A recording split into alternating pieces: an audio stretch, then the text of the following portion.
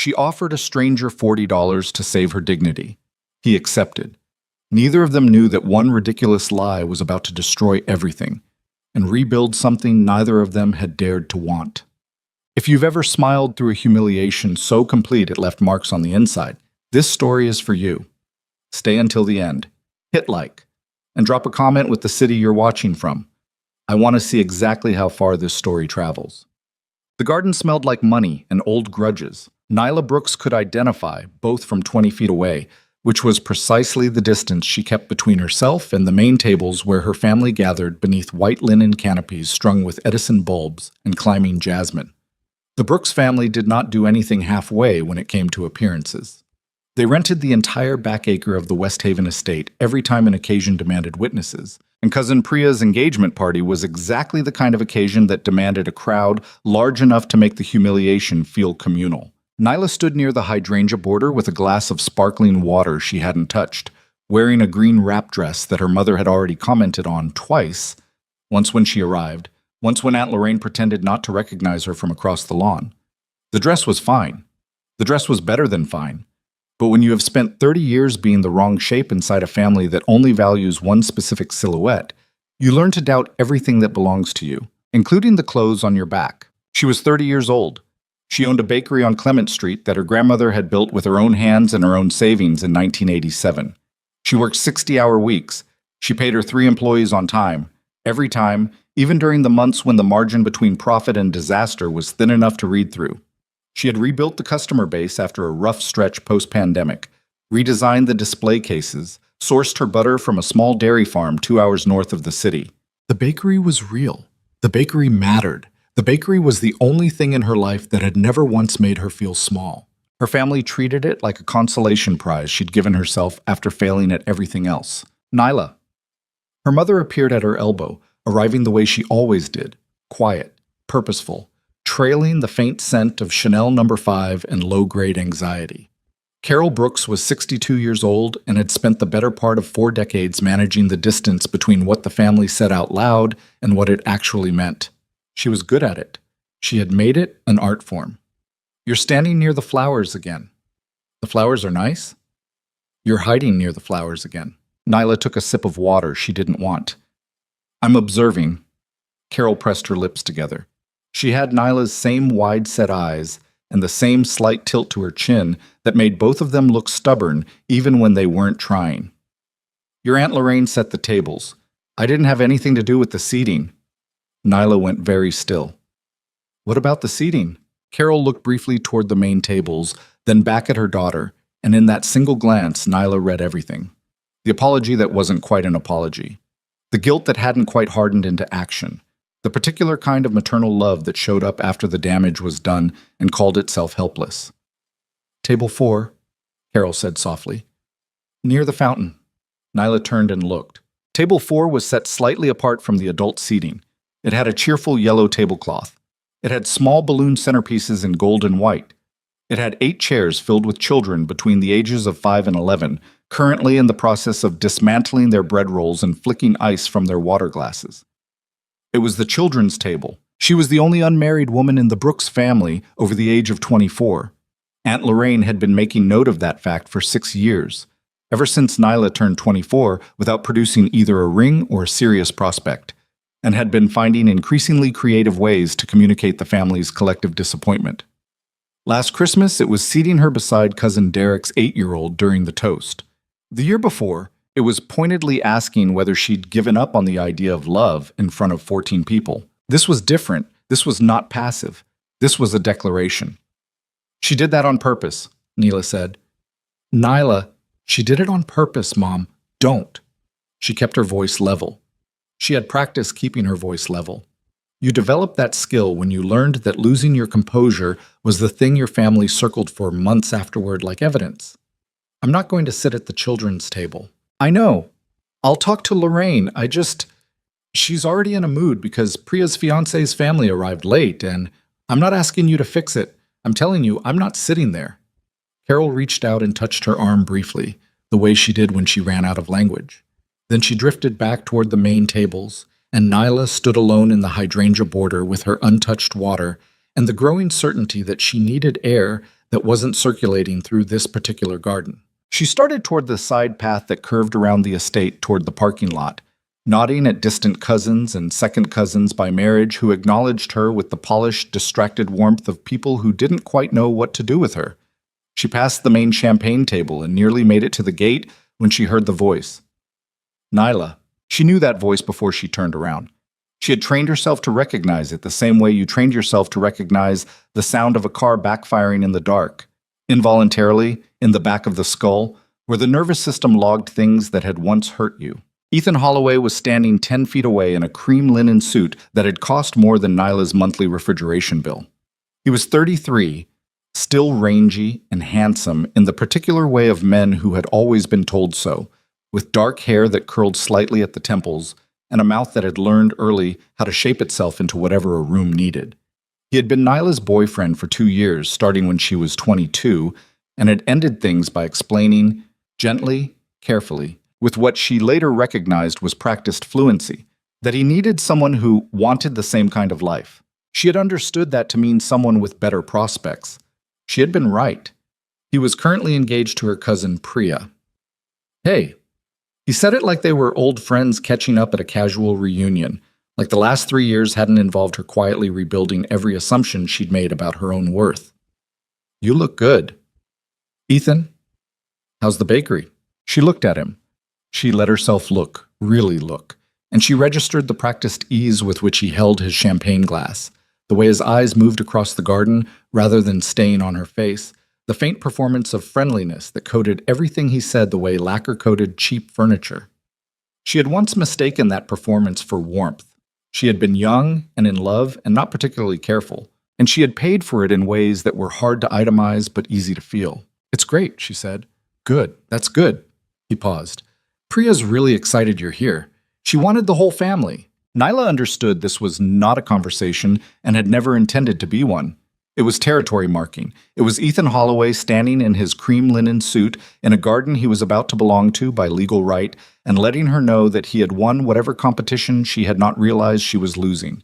She felt the old familiar pull, the one that said, respond, defend, explain yourself, and she ignored it.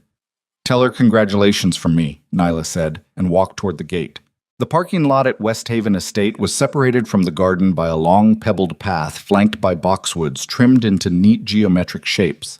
The afternoon sun was starting to angle westward, cutting long shadows across the gravel, and the sounds of the party muffled themselves as soon as Nyla cleared the hedgerow. She stopped walking and stood in the relative quiet of the empty lot and breathed. In. Out. The dress was fine. The bakery was real. Ethan Holloway was her cousin's problem now, and she did not have to feel anything about that if she chose not to. She chose not to. She was choosing, actively, with the deliberate effort of someone who had done this enough times to know how much it cost. What she had not accounted for was the moment she'd have to go back inside, because she would have to go back inside. Not going back inside meant letting Aunt Lorraine win in a way that would become family legend, retold every Christmas for the next decade. Nyla Brooks, who ran away from Priya's party. Neela Brooks, who couldn't handle sitting at the children's table. Neela Brooks, who never did figure out how to hold herself together. She could not give them that. But she also could not walk back into that garden and sit down at table 4 with the balloon centerpieces and the small humans dissecting their bread rolls, and smile, and endure it, because something had broken open in her chest in the last 10 minutes, and she didn't have the spackling to cover it before the next wave hit. She needed something, a buffer, an exit, a story that would hold long enough for her to get through the next 3 hours without bleeding on anyone. Her mouth moved before her brain approved the decision. What she needed was a boyfriend. The thought arrived with the specific clarity of truly terrible ideas, clean, complete, and utterly without a plan. She didn't have a boyfriend. She hadn't dated anyone seriously in 2 years. The closest thing to a romantic prospect in her recent life was a regular customer named Marcus, who ordered the same almond croissant 3 times a week and had, twice, told her she had a nice smile. That was not a boyfriend. That was barely a subplot. But if she walked back into that garden with someone at her side, someone real, someone present, someone who could be pointed at and said, that's him, that's my person, then table 4 became irrelevant. Then Aunt Lorraine's seating chart became a gesture aimed at someone who no longer existed. Then Ethan Holloway in his cream linen suit became nothing more than background noise. She just needed to find a human man in the next 4 minutes. The parking lot was not crowded. Most guests had arrived early, and the valets had long since parked the cars in the overflow area beyond the lot's main row. There were perhaps 12 vehicles visible, ranging from a modest silver sedan near the entrance to a progression of increasingly expensive cars deeper into the lot. Nyla's own car, a 7-year-old Honda with a cracked dashboard mount she kept meaning to replace, was near the middle. At the far end, parked with a kind of deliberate separation from everything else, was a black Mercedes, the long kind, the kind that signaled either corporate transportation or someone who had decided that restraint was beneath them. It gleamed in a way that suggested it had been cleaned within the last hour. Standing beside it, not doing anything in particular, was a man. He was Korean, she thought, though she registered this without certainty, the way you register details about strangers from a distance. Tall, broad in the shoulders. He wore a dark suit that fit him with the kind of precision that meant it had been made for his body specifically, not selected from a rack and adjusted. He wasn't on his phone, he wasn't pacing. He was simply standing with his hands loose at his sides, looking at the middle distance with an expression that communicated nothing except the complete absence of urgency. Nyla stood 30 feet away and stared at him. He was, objectively, the kind of man who could walk into a garden party and make a statement by existing. He had that quality, the one that was hard to name and easy to recognize, where stillness read as authority rather than absence. She didn't know who he was. She didn't know why he was standing in a parking lot instead of inside. She didn't have time to care about either question. She walked toward him. This was the part, she would think later, where a reasonable person would have paused, would have assembled some version of a plan, would have considered the variables. Nyla was, in most areas of her life, a reasonable person. She ran a business. She managed vendors and inventory, and 3 employees with complicated schedules. She was not reckless. But she had just been seated at the children's table by her own family, and Ethan Holloway had looked at her like she was something he had already finished with, and she was 30 years old and she was tired in a way that had very little to do with hours slept and everything to do with the accumulation of small cruelties that people who loved you found ways to deliver. She walked up to the stranger by the black Mercedes and stopped 3 feet away. He looked at her. His eyes were dark and very calm. Not the calm of someone who wasn't paying attention, the opposite of that. The calm of someone who was paying complete attention and had decided that nothing he was likely to see would be worth reacting to. It was slightly unnerving. She proceeded anyway. "Hi," she said. "I know this is going to sound bizarre." He waited. "I need someone to come inside that party with me and pretend to be my boyfriend for approximately 1 hour. She kept her voice steady. She was good at that.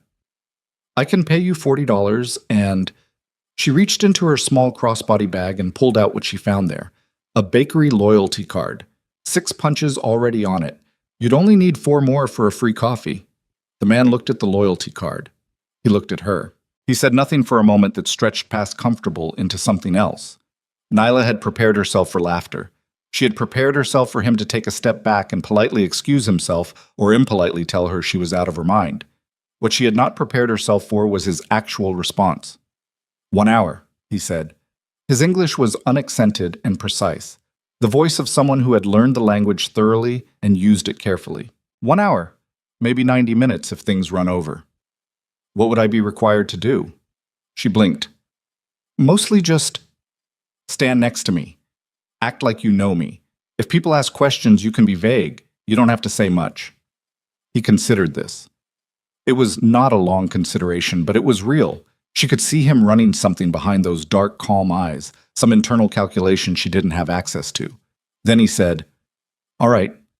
She stared at him. "Seriously? You asked." I agreed. He tilted his head very slightly. "Do you want me to reconsider?" No, She recalibrated. "What's your name?" "Taejun," he said. "Kang Taejun. I'm Nyla. Nyla Brooks." She extended her hand and he shook it once, cleanly, with a grip that was neither aggressive nor deferential. Just present. "Okay, so we've been together about 4 months. We met through a mutual friend. You work in—" She gestured vaguely at his suit, his car, the general aura of expensive restraint. "Finance, something like that." "I can work in finance," Taejun said. "Great. Okay." She exhaled. "I'm going to be honest with you, this family is a lot. If you want to back out at any point, I said I'd agreed. She searched his face for irony and found only that same unruffled attention. He was not joking. He was not mocking her. He was simply a man who had said he would do something and appeared to have no interest in reversing course. Nyla Brooks had made a lot of decisions in her life under pressure. Some of them had been good. Some had been the kind she spent years unpacking in quiet moments at the bakery's prep table before sunrise. This one, she thought, was either going to be fine or it was going to be the story she told for the rest of her life in therapy. She said, "Okay, let's go."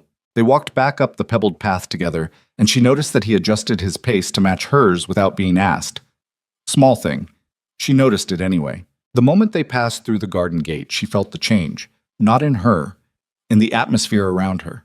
It was the way heads turned, not a sudden dramatic swivel, more like the slow involuntary reorientation of a room towards something that had changed. Taejun moved through the garden with the same quality he'd had in the parking lot, that absolute lack of performance, and somehow that made him more visible rather than less. Nyla felt the shift in the air around her and thought, this might actually work. Her cousin Marcus, not the croissant Marcus, the family Marcus, who was 27 and spent most parties sending real-time updates to his group chat, clocked them from the champagne table and went very still in the way of someone seeing something they hadn't expected. Aunt Lorraine was the more important test. She was holding court near the rose arbor, exactly where she always positioned herself, close enough to the center of the party to enforce her presence, far enough to suggest she was above mingling. Lorraine Pemberton Brooks was 67 years old and had married well twice, and she wore both facts with the serene self-satisfaction of someone who had concluded that the rules of merit applied to other people. She had silver hair swept up with architectural precision, a champagne flute she never seemed to actually drink from, and eyes that cataloged everything in a room according to a hierarchy she'd developed and refined over decades. Those eyes found Nyla, and then they found Taejun, and something moved across Lorraine's face. Not warmth, not surprise, but a kind of rapid internal recalibration that she smoothed over quickly. She was too practiced to let it show for long. "Nyla," she said, crossing toward them with her champagne flute at the perfect angle. "We were wondering where you'd gotten to." "I was in the parking lot," Nyla said, "waiting for Taejun." She said his name naturally. She'd practiced it twice in her head on the walk up, and it came out clean. Lorraine looked at Taejun with the particular attention she reserved for people who needed to be assessed. Taejun looked back at her with the particular attention he apparently gave everything, which was complete and without anxiety. And the combination of her assessment and his non-reaction produced a silence that lasted perhaps 2 seconds and felt longer. "Kang Taejun," he said, and offered his hand. He did not embellish. He did not produce a business card or a title or any of the social lubricant that people usually deployed in rooms like this. He simply gave his name and waited. Lorraine shook his hand. "Lorraine Pemberton Brooks. I'm Nyla's aunt. Are you a colleague of hers?" "No," Taejun said. Another silence. "We've been together about 4 months," Nyla said, stepping in. "He was going to meet me here. His schedule was uncertain this morning, so I wasn't sure he'd make it." She glanced at him, and he looked back at her with the kind of calm attention she was beginning to understand was simply his resting state, and somehow it read exactly right. Not adoring, not performative. The specific kind of ease that came from people who didn't need to prove anything to each other. Lorraine's eyes moved between them. Nyla had expected skepticism. She got something else. A slight recalibration, the narrowing and widening of possibilities, the visible operation of social arithmetic. Whatever Lorraine was adding up, she didn't share the result. "Well," she said. "How lovely." The words were correct. The tone carried a question she wasn't asking yet. "We should find you both seats. The children's table placement was a miscommunication. I'm sure we can adjust." "Of course," Taejun said pleasantly. Lorraine moved away to manage the adjustment, and Nyla became aware that her heartbeat had not returned to normal since the parking lot. She stood beside Taejun in the rose arbor's shadow and thought about the next 80 minutes with the specific anxiety of someone who had started a fire and was only now remembering she hadn't thought through an exit. "That was good," she said quietly. "You were nervous," he said, equally quiet. "I'm not—" She stopped. He wasn't being cruel. He was stating it as a fact, the way you stated that it was warm or that the champagne table was to the left. "Yes, I'm nervous." Don't be. You know, that sentence has never once worked on anyone. The corner of his mouth moved, not quite a smile, more like a smile's shadow. Stay near me, he said. I'll follow your lead. She looked at him. This stranger in the perfectly fitted suit who had agreed to accompany her into the social minefield of her family's judgment for $40 and a partially punched loyalty card. And she thought, this is insane. This is completely insane. But she nodded, and when they moved toward the main tables together, his hand came to rest briefly at the small of her back. Just a touch, barely pressure at all, and every head that had been quietly tracking them across the garden turned with a new kind of attention. Nyla squared her shoulders and walked through the middle of it. The main tables were arranged in a loose horseshoe shape. Priya and her fiancé, Derek Whitmore, held the center with the practiced glow of people who had spent months rehearsing being the focus of a large room. Priya was beautiful in the particular way of women who had been told so consistently since childhood, with confidence that settled on her skin like an additional garment. She was Lorraine's eldest daughter. She had a law degree she no longer used, and an Instagram presence built around curated aesthetics and aspirational domesticity. Nyla had no real grievance against her beyond the Ethan of it all, which wasn't even Priya's fault. Priya hadn't known the history in full, or had chosen not to ask, which was a different kind of fact. Ethan sat beside her, cream linen suit still immaculate, one arm draped along the back of Priya's chair with the proprietary ease of a man marking territory he was confident in. He was in mid-conversation with someone across the table when Nyla and Tae-jun arrived at the main seating area. He glanced over. He registered Nyla. He registered Tae-jun. His arm did not move from the back of Priya's chair, but his posture changed, just slightly. The shoulders, the angle of the jaw, the imperceptible recalibration of someone encountering something they had not included in their model of the afternoon.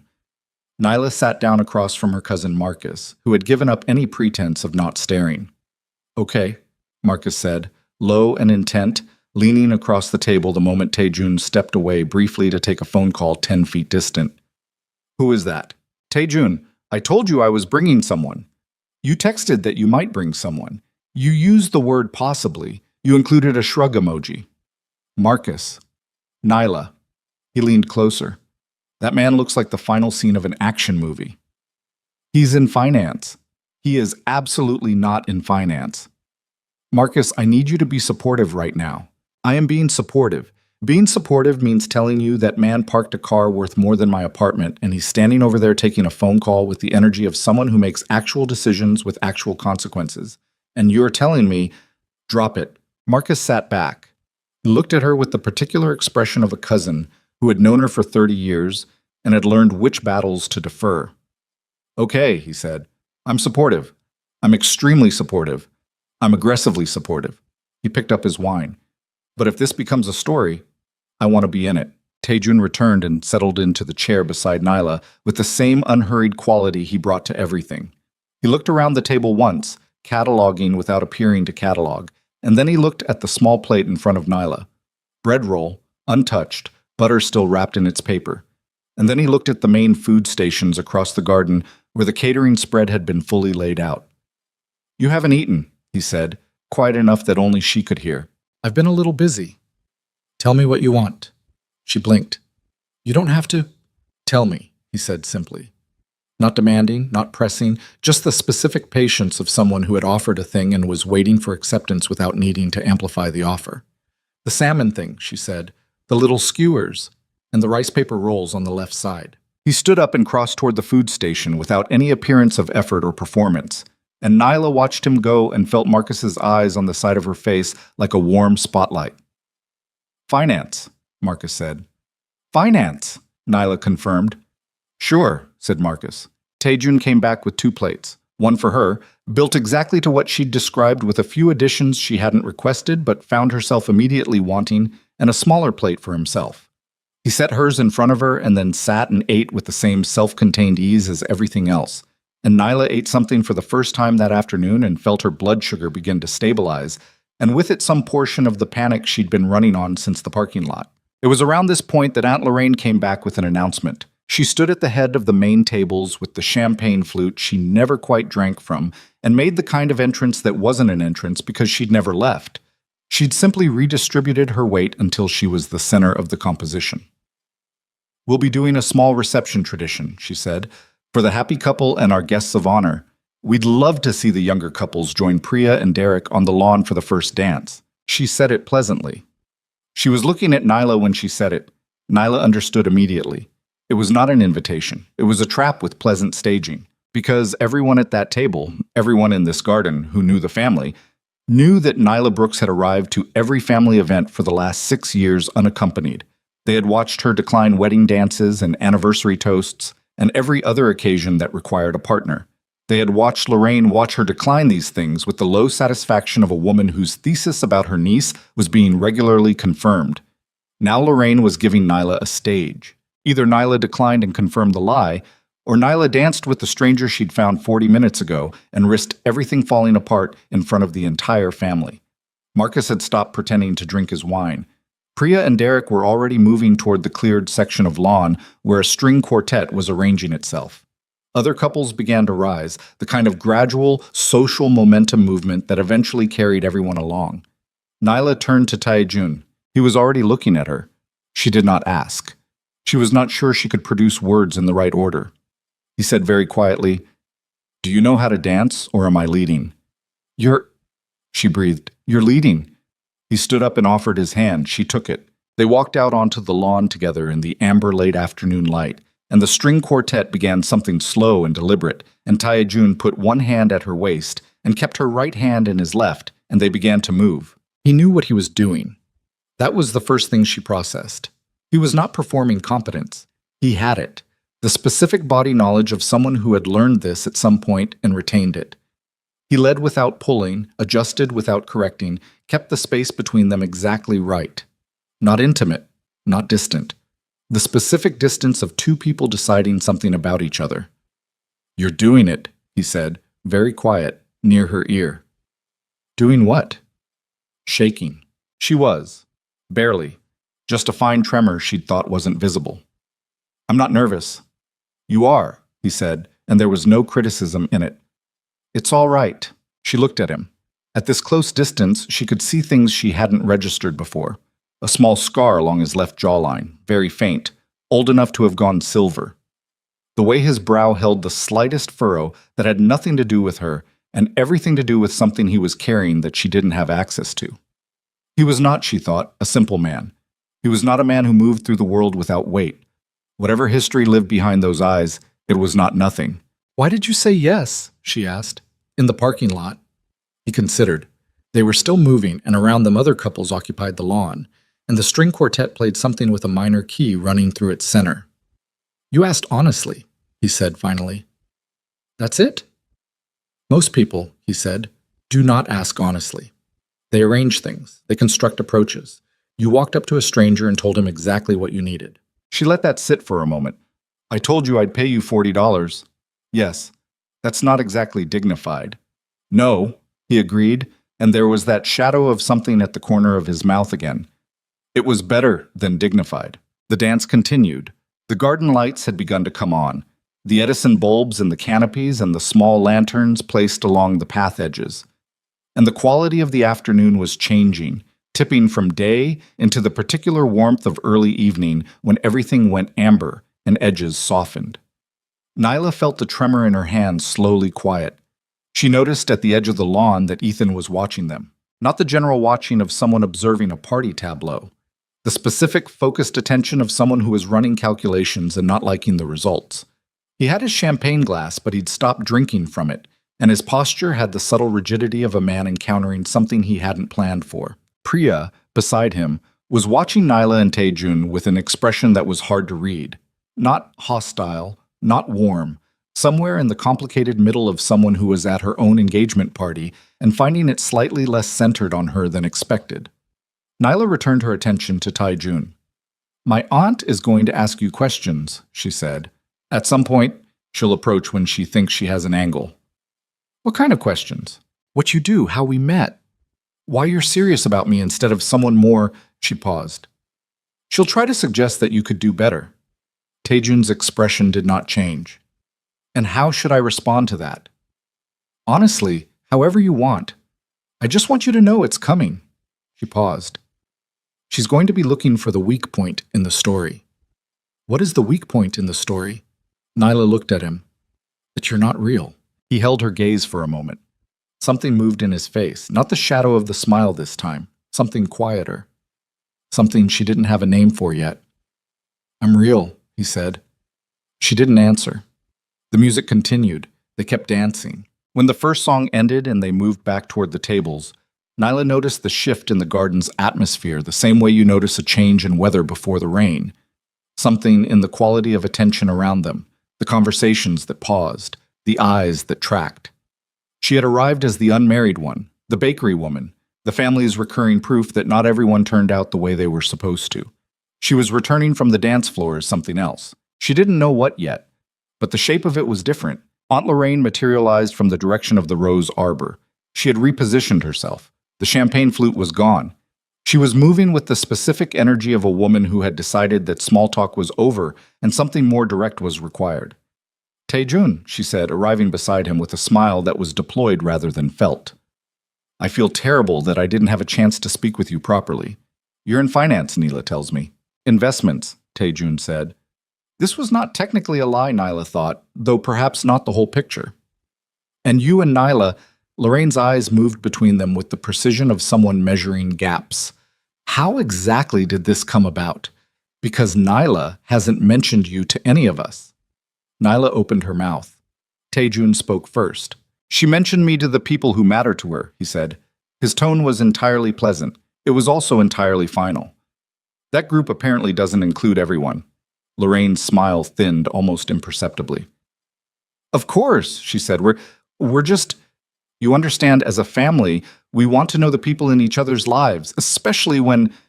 She paused with the delicacy of a woman about to deploy something sharp. We've watched Nyla on her own for so long. I see, Taejun said. It can be difficult, Lorraine continued, when someone waits as long as she has. The concern is natural. Taejun was quiet for a moment. Around them, the garden continued its ambient noise, the string quartet, the voices of guests, the sound of champagne being poured. When he spoke, his voice remained exactly as pleasant as it had been. Nyla built a business from a building that belonged to her grandmother, he said. She maintained it through 3 years of difficulty that destroyed most comparable operations in this city. She employs people.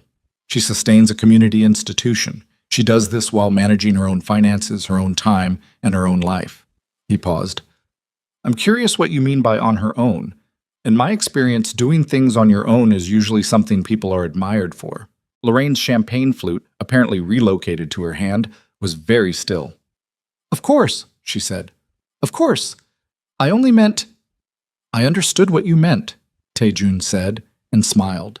It was a small, clean, entirely unreadable smile. Nyla is extraordinary. I think perhaps that's been difficult to see from nearby. Lorraine looked at Nyla. Nyla looked back. For 30 years, she had wanted someone in her corner in this garden. Not to fight for her. She had never needed anyone to fight. Just to be there. Just to make the weight distribute differently. She breathed. Lorraine said, well, and found somewhere else to be. After she left, Nyla stood very still for a moment. She could hear her own heartbeat.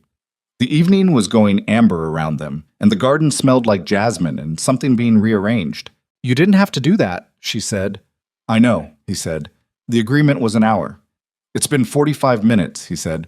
We have 15 left. She looked at him. He looked back, calm, present, carrying whatever he carried in the place behind his eyes that she couldn't reach. Taejun, she started. His phone vibrated. He glanced at the screen and something changed in his face. Not dramatically, but she'd been watching him closely enough to read the shift.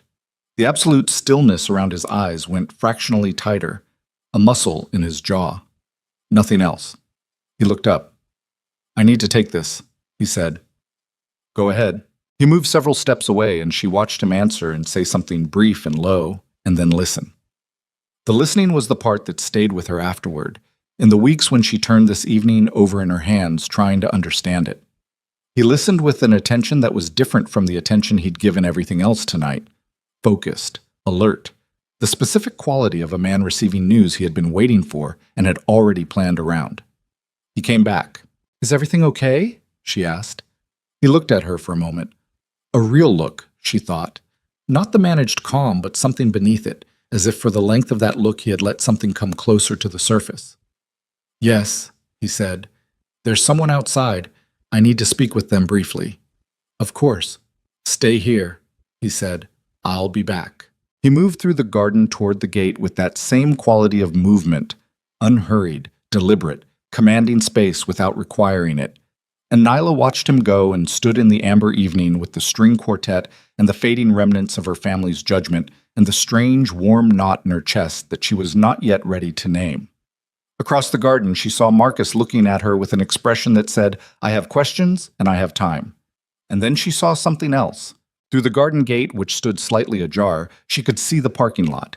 She could see the black Mercedes, and she could see another black car, a second one, arriving, and two men stepping out, and the way they moved in Tai-jun's direction was not the way guests moved toward each other at a garden party. It was the way men moved when something required managing. And then one of them said something to Tai-jun, and even from this distance she saw him go very still, a different still from his usual stillness, and she understood without being able to explain how she understood it, that whatever was happening out there in the parking lot was not unrelated to why he'd been standing beside a black Mercedes alone before she'd walked up and asked a stranger to change the shape of her afternoon. He turned and looked back through the gate, found her eyes across the distance. She thought, "Who are you?" He held her gaze for 2 seconds. Then he turned back to the men from the second car. And Nyla Brooks stood in her grandmother's garden wearing a dress her mother had criticized twice, with the taste of salmon skewers still on her tongue and $40 still in her bag, and the specific, cold, electric certainty that the last hour had been something she did not yet have the language for. The men from the second car were not valets. Nyla understood this the same way she understood most things that didn't announce themselves. Through the body first, the skin tightening along the back of her arms, the specific quality of stillness that settled over the parking lot the moment the second black sedan pulled through the gate. Two men. Dark suits, nothing like Tai-jun's. His fit like it had been commissioned for him specifically. Theirs fit like armor selected for function. They moved with the clipped efficiency of people who had somewhere to be and something to manage. And the moment they reached Tai-jun, they formed a loose triangle around him that was not threatening, but was absolutely not casual. She was still watching through the garden gate. She should not have been watching. She should have turned back toward the tables and Marcus's questions and the manageable social mathematics of the next 30 minutes. Instead, she stood where she was, with the evening going amber around her, and watched Tai-jun receive whatever news had arrived in that second car with the same contained stillness he brought to everything. Except not quite the same. Something in the line of his shoulders. Something in the way his chin dropped a fraction and then came back up. He turned and found her eyes again across the distance. She didn't look away. He said something to the two men. One of them nodded. The other glanced briefly toward the garden gate, toward Nyla, and then back at Tai-jun, and whatever passed between them was short and final. Tai-jun walked back through the gate alone. "I'm sorry," he said, arriving beside her.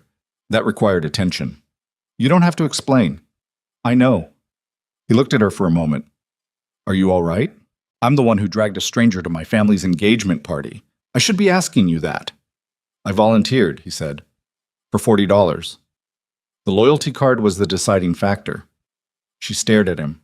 The corner of his mouth moved. She felt something loosen in her chest that had been tight since the parking lot.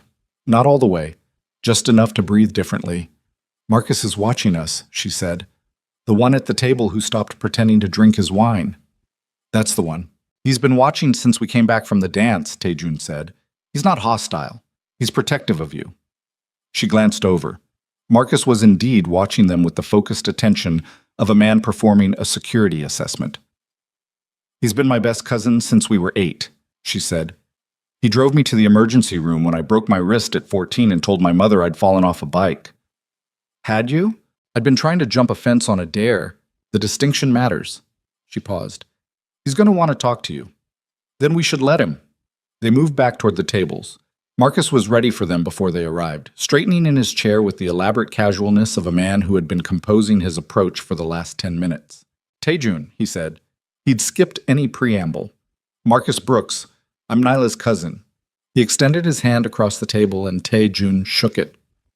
"How long did you say you two have been together?" "I didn't," Tai-jun said. Marcus blinked. Okay, direct. I respect that. He glanced at Nyla. 4 months, right? That's what I heard. About 4 months, Nyla said. Marcus picked up his wine glass, didn't drink from it.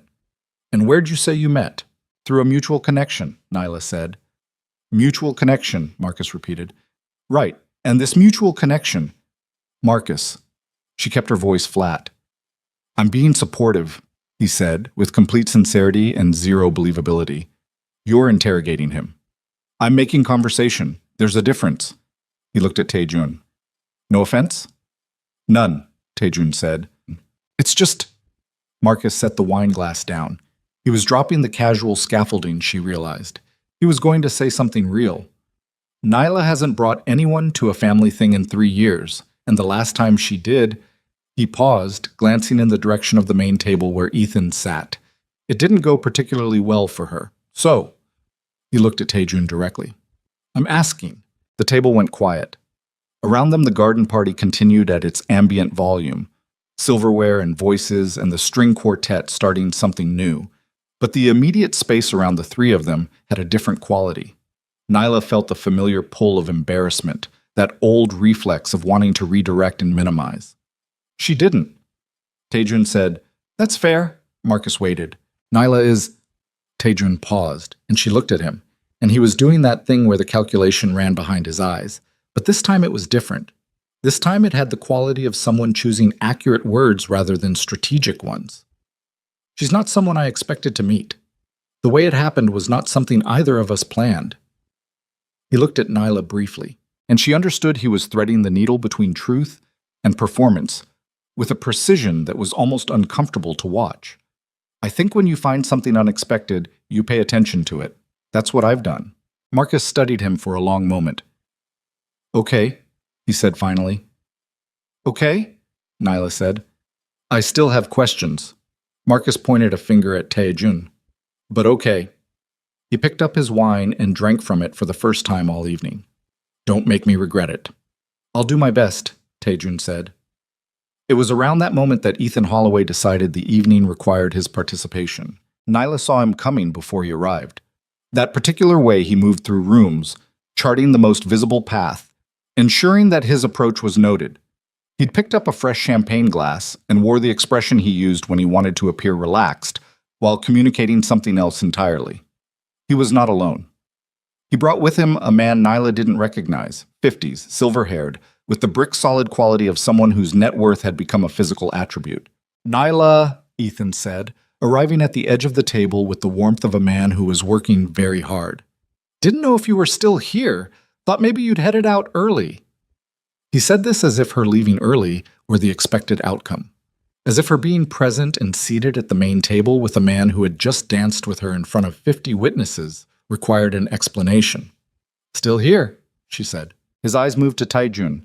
They performed the kind of assessment that men like Ethan performed constantly without appearing to, rapid, measuring, arriving at conclusions that were then concealed behind pleasantness. Whatever he concluded, the pleasantness went slightly glassier. Ethan Holloway, he said, extending his hand toward Taejun. Priya's fiancé. Kang Taejun. He shook it once. You're a friend of Nyla's. Yes, Taejun said. Ethan waited for more. He didn't get more.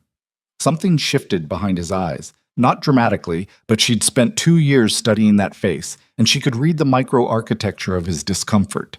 He hadn't been handed the script he came over expecting, and he was improvising, which Ethan could do but didn't prefer. This is Gerald Marsh, he said, gesturing to the silver-haired man. He's been working with me on a development project. Gerald, this is Nyla. She runs the bakery on Clement Street I've mentioned. The way he said the bakery on Clement Street I've mentioned communicated, in 8 words, everything Nyla needed to know about the last 3 years of Ethan Holloway's internal narrative. She was a detail. A footnote. Something that had been mentioned in the context of a development project. Marcus had gone very still across the table. Gerald Marsh looked at Nyla with the kind of polished attention that wasn't really attention at all. Right, he said. The holdout property. The words landed in the space between all of them and sat there. The holdout property. Nyla looked at Ethan. Ethan's jaw shifted very slightly. A tell she remembered. the small movement that meant he had just realized someone had said something he hadn't intended to be said. Gerald Marsh seemed to register it a half-second later, and his expression recalibrated toward neutral, which was too late. Gerald means, Ethan started. I know what he means, Nyla said. She did. She had spent 8 months dealing with a development company making increasingly aggressive offers on the bakery. First polite, then persistent, then operating through a lawyer whose letters had begun to carry the quiet promise of what happened when people didn't cooperate. She had refused every offer. She had been told, by that same lawyer's letters, that the neighborhood development was inevitable, and that her position was unsustainable. She had filed the letters and kept baking and told no one in her family because it was her problem and she handled her own problems. She was looking at Ethan. She was watching his face arrange itself. She was understanding something. How long have you known about the offers? She said. Nyla. How long, Ethan? The pleasant surface cracked slightly. Not all the way. He was too practiced for that. But enough. The project has multiple stakeholders. I'm one piece of a large... Are you invested in the company trying to buy my block? Gerald Marsh had taken a small step back, the instinctive repositioning of a man who wanted to be at a different table. This is not the place, Ethan started. Is that a yes? Marcus said. Nyla. I'm not raising my voice, she said. She wasn't. She was sitting very still at the main table of her cousin's engagement party, with her hands flat on the tablecloth and speaking at a normal volume while the string quartet played something in the middle distance, and the specific control of this, the absolute refusal to give him the spectacle of her losing it, was the hardest thing she'd done all day. I'm asking a direct question, Ethan said. We can talk about this another time. That's a yes, she said. He said nothing. She looked at Taijun. He was watching Ethan, the same way he'd watched everything else, completely, without urgency. But she saw something in the quality of his attention that she couldn't categorize. Not surprise. The opposite of surprise. The particular stillness of someone receiving information they already possessed. She had the dislocating sensation, briefly, of being the only person at this table who didn't know the whole story. Ethan left. Gerald Marsh followed without needing to be asked. They moved back toward the main tables with the managed casualness of a retreat that was refusing to call itself a retreat. Marcus leaned across the table. What just happened? I don't entirely know, Nyla said. She looked at Taijun again. He had turned back toward her and his expression was, as always, composed. But there was something in the way he wasn't quite meeting her eyes, something in the angle of his jaw that had the specific texture of a man with information he was deciding how to handle. Taijun, she said. Yes. Do you know something about Ethan Holloway? It was not a question. She had phrased it as a statement, and she watched him receive it. He was quiet for a moment. 3 seconds. 4. The string quartet continued. Somewhere across the garden, Priya was laughing at something her new fiancé had said. Not here, Taijun said. Her stomach dropped. That's a yes. That is me saying not here. He looked at her steadily. Later. I'll tell you what I can. What you can, she said, as opposed to what you know. He didn't answer that. Marcus looked between them with the expression of a man watching a foreign film without subtitles. Nyla sat back in her chair. The evening had shifted again. Not in temperature or light, but in some quality she was having trouble naming. She felt the outline of something large moving beneath the surface of the last 2 hours. The too convenient parking lot. The agreed-upon lie. The men from the second car. Ethan's visible recalibration at the mere fact of Taijun's existence. Gerald Marsh and his holdout property, and the way he'd stepped back when the air changed. He had originally come that afternoon intending to meet the fearless bakery owner. The thought arrived unbidden, and she pushed it away because it was insane. And she was not the kind of person who arrived at insane conclusions without evidence. And she did not have evidence.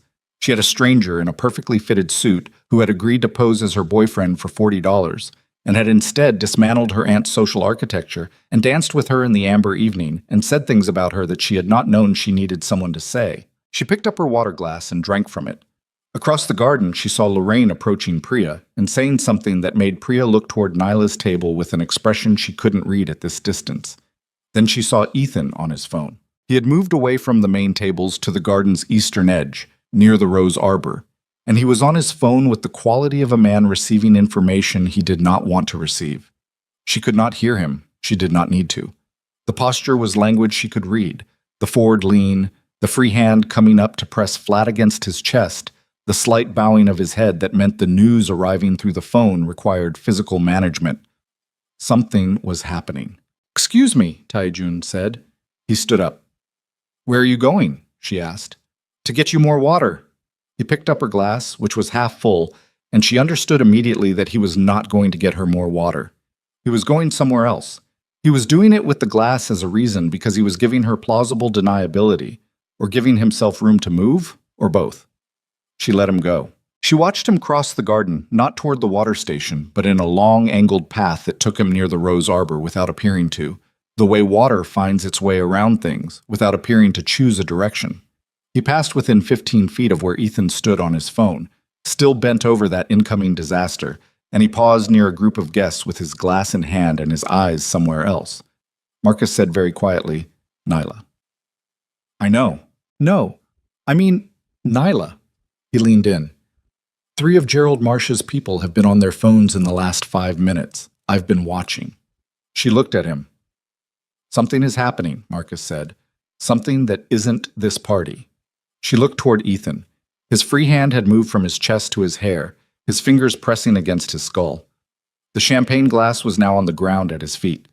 He had put it down without looking. Priya appeared at the edge of the main table, looking across the garden toward Ethan with a frown she was trying not to display.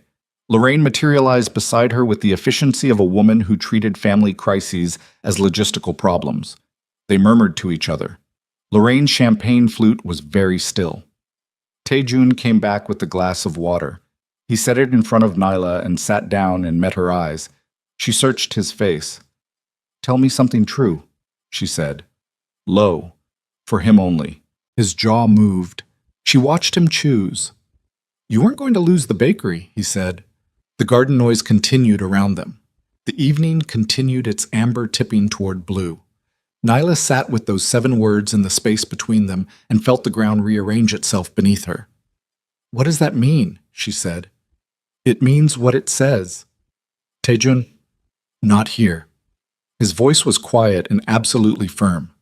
"An hour. Give me an hour and I'll tell you everything. Tell me something now." He looked at her for a long moment. In that look she saw for the first time something she hadn't seen before. Not the managed calm, not the deliberate stillness. Something rawer than that.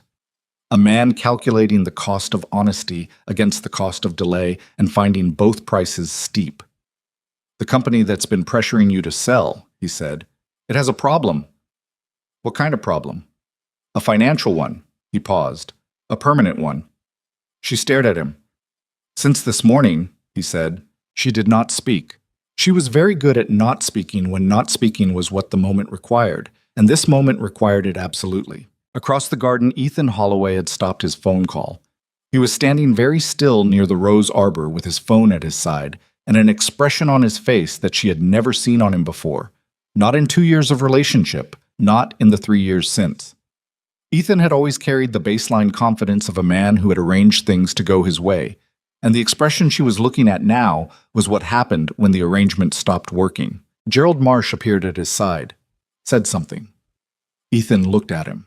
Then Ethan looked across the garden, not toward Priya, not toward the main tables, toward Taejun. And what was on his face in that moment was not the social calculation she'd watched him perform all evening. It was something older and more honest and considerably colder. It was recognition. The specific recognition of a man who had just understood that he'd been in a room with someone for the last 2 hours without knowing who he was in a room with. Taejun looked back. Nothing moved in his face. Nothing at all. Nyla felt it then. The thing she'd been orbiting all evening, the shape beneath the surface. It arrived not as a revelation, but as a settling, the way a bone that's been slightly out of alignment finally finds its socket. She said, "You didn't come to this party by accident." He said nothing. "You were already here," she said, "parked in that lot, waiting." Nyla, "Not for me." She felt the words assembling themselves with a clarity that should have frightened her but didn't. "You didn't come here for me. You didn't know I existed." She looked at his face.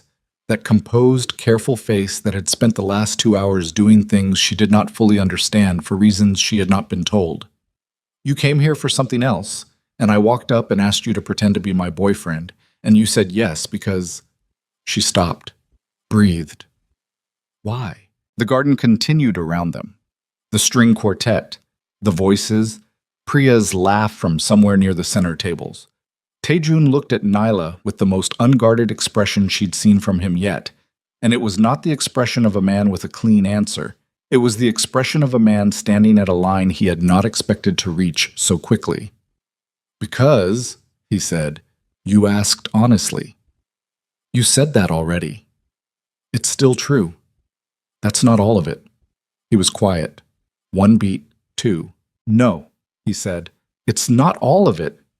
And then Priya screamed. Not a social exclamation, a real sound, the involuntary kind that bodies produce before the mind can manage them. It came from the main table, and it was not long, but it cut through every ambient layer of the party and silenced the string quartet mid-phrase and turned every head in the garden simultaneously. Priya was standing at the main table with her phone in her hand and her face doing something Nyla had never seen it do. Not the practiced beauty competition composure, not the gracious hostess warmth, but something stripped and raw that had no performance left in it. Lorraine was at her elbow instantly, reaching for the phone, and Priya let her take it. Across the garden, Ethan Holloway was not moving toward his fiancée. He was looking at his own phone, and then at Gerald Marsh, and then at his phone again. And his face was the face of a man watching a building fall. Marcus said under his breath, "Oh." Nyla looked at Taejun. He was already looking at her. "Tell me," she said. "Right now. Tell me what you know." He looked at her for a moment that had the weight of a decision being made in real time. Not recalculated, not managed, but made. The way decisions got made when the window for preparation had already closed. "My name is Kang Taejun," he said. "You know that part." "I know that part. What you don't know," he said, "is the rest." And the evening, which had already rearranged itself 3 times in the last 2 hours, began its final. "What you don't know," he said, "is the rest." She waited. The garden was reorganizing itself around the sound Priya had made, that involuntary, stripped-down sound that had no performance in it. And people were moving toward the main table with the specific gravity of a crowd sensing real distress beneath social occasion. Lorraine was managing it, or trying to. She had Priya by the arm and was steering her toward the estate's side entrance with the practiced efficiency of a woman who had spent decades ensuring that family crises happened off stage. Gerald Marsh had disappeared entirely. 2 of his people were near the garden gate, phones up, moving quickly. Ethan had not moved. He was still standing near the rose arbor with his phone at his side and his face doing something Nyla had no name for. Not anger, not fear. Something older and more animal. The specific stillness of a man in the first seconds of understanding that the structure he'd built his life on had just become weight. Taejun was looking at her. "There's a company," he said, "Pacific Meridian Development. It operates through 7 shell corporations. 3 of them were incorporated in Delaware in the last 18 months. The others are older, cleaner on paper. They've been acquiring property in your neighborhood using a combination of predatory lease restructuring, manufactured code violations, and in 2 cases, direct intimidation of tenants." She sat very still. "They targeted your block 8 months ago," he continued. His voice had not changed in volume or texture. It had the quality of someone delivering a briefing, precise, sequential, without decoration. "Your bakery was the anchor property, the one that, if it sold, would give them the legal mechanism to trigger purchase agreements on 6 adjacent buildings. The other owners had already signed conditional contracts. They were waiting for you." "How do you know this?" she said. "Because I've been watching Pacific Meridian for 14 months. The string quartet had stopped. The ambient noise of the party had reduced itself to murmur and movement as people redistributed around the developing situation near the main tables. Nobody was watching Nyla and Taejun. For the first time all evening, they were completely unobserved. "Why?" she said. "Because they operate in markets where my organization has interests, and because the way they operate..." He paused, just briefly, the first real pause she'd heard from him, "is not something I'm willing to share territory with. My organization." She heard it. She filed it. She did not ask about it yet because there were more immediate things, and she was still moving through them in order. Ethan, she said. Taejun looked at her. Ethan is involved, she said. It wasn't a question. She'd had 20 minutes to watch the shape of this evening assemble itself, and the shape now included Ethan Holloway standing in the rose arbor with his world collapsing through a phone screen, and it included Gerald Marsh saying holdout property before he could catch himself, and it included 2 years of a relationship with a man who had asked her, very specifically and very early, about the bakery's ownership structure and whether her grandmother had left a clear title. She had told him. She had been 22 and in love, and had told him everything he asked. He's a primary investor, Taejun said, not the architect of the project. That's a man named Kerry Whitfield, based in Atlanta. But Ethan brought in capital, access to the Brooks family investment network, and he stopped. And what? And information, Taejun said, about you specifically, about the bakery's ownership history, the title structure, the building's assessed vulnerabilities, information that would have been difficult to obtain without a personal connection. The garden was still moving around them. Someone near the main table was crying. She couldn't see who. The Edison bulbs in the canopy above were swaying slightly in an evening breeze she hadn't noticed before. Nyla picked up her water glass. She set it back down. He used what I told him, she said. Yes. When we were together. The timeline suggests the project began approximately 4 months after your relationship ended. 4 months. He had spent the last 2 months of their relationship collecting what he needed, and then he had ended things, and waited 4 months, and then built a development project on the foundation of what she'd given him. He had sat across from her at her grandmother's bakery table and eaten the bread she baked and asked her questions about the building and the lease and the title, and she had answered every one of them because she was in love with him, and in love you answered questions. She breathed in, slow, out. You said this morning, she said. You told me something was dealt with this morning. At 9 a.m., Taejun said. Pacific Meridian's operating accounts were frozen by 2 federal banking compliance investigations that were filed simultaneously in Delaware and Georgia. The investment vehicles Ethan used to fund his participation were flagged under a separate securities review. The conditional purchase agreements on the adjacent buildings are void pending investigation. The entire project, he paused, is over. She looked at him. You did that, she said. He said nothing. You did that this morning, she said. And then you came here and parked outside this party, and you were waiting. She stopped, breathed. You were waiting to meet me. Yes, he said. The words sat between them with the weight of everything it carried. Why? She said. Why not just handle the company, deal with Ethan? Why did you need to meet me? He was quiet for a moment that had something real in it. Not managed, not calculated. The specific silence of a man arriving at words he hadn't entirely assembled yet. Because, he said, the woman who refused to sell, for 8 months, through legal pressure and intimidation and increasingly aggressive offers, I wanted to understand who she was. She stared at him. You were described in Pacific Meridian's internal communications as irrational, he said. Intractable. A problem without a reasonable solution. Every rational actor in their model had accepted their terms. You were the only variable they could not account for.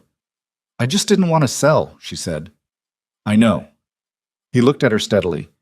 That's what I wanted to understand. She looked at this man, this stranger, this not stranger, this person who had spent 8 months dismantling the machinery that was trying to take her grandmother's building, while she spent those same 8 months filing lawyers' letters and ordering butter from a farm 2 hours north, and making sure her 3 employees got paid. And she felt something move through her that was not any single emotion, but all of them compressed together, moving too fast to separate. She pushed her chair back and stood up. I need a minute, she said. She walked toward the estate's main building, the nearest door, moving at the pace of someone who was not running, but needed to not be where she was. She found a hallway inside, carpeted, dim, smelling of old wood and fresh-cut flowers from arrangements on a console table. She found a wall and put her back against it, and stood there. 2 years with Ethan Holloway. 2 years of a man who had sat at her grandmother's table and eaten her bread and asked the right questions and looked at her like she was someone he had chosen, specifically and deliberately, from among everyone available. And she had believed this because she was not stupid, but she was 22 and she wanted to believe it, and the wanting had been enough to fill in the gaps. She should have left unfilled. 4 months after he ended it, he had started building the machine that would take her building. She pressed the back of her head against the wall. She had spent 6 years wondering what was wrong with her. Not constantly, not with wallowing. She was not a wallower, but in the specific, quiet way that questions you can't answer settle into the background of daily life and become ambient. What was wrong with her that she hadn't been enough? What was wrong with her that she kept arriving at family events alone while everyone else built lives that the family could recognize? Ethan Holloway had not left her because she wasn't enough. He had left her because he had what he needed. The hallway was very quiet. Somewhere in the garden behind her, the crisis at the main table was still unfolding. She could hear muffled voices, a door opening and closing somewhere in the estate. She stood against the wall and breathed and felt the specific cold fury of understanding that settled in once the shock layer burned off. It was not hot anger, she was past that, or not yet at it, or somewhere adjacent.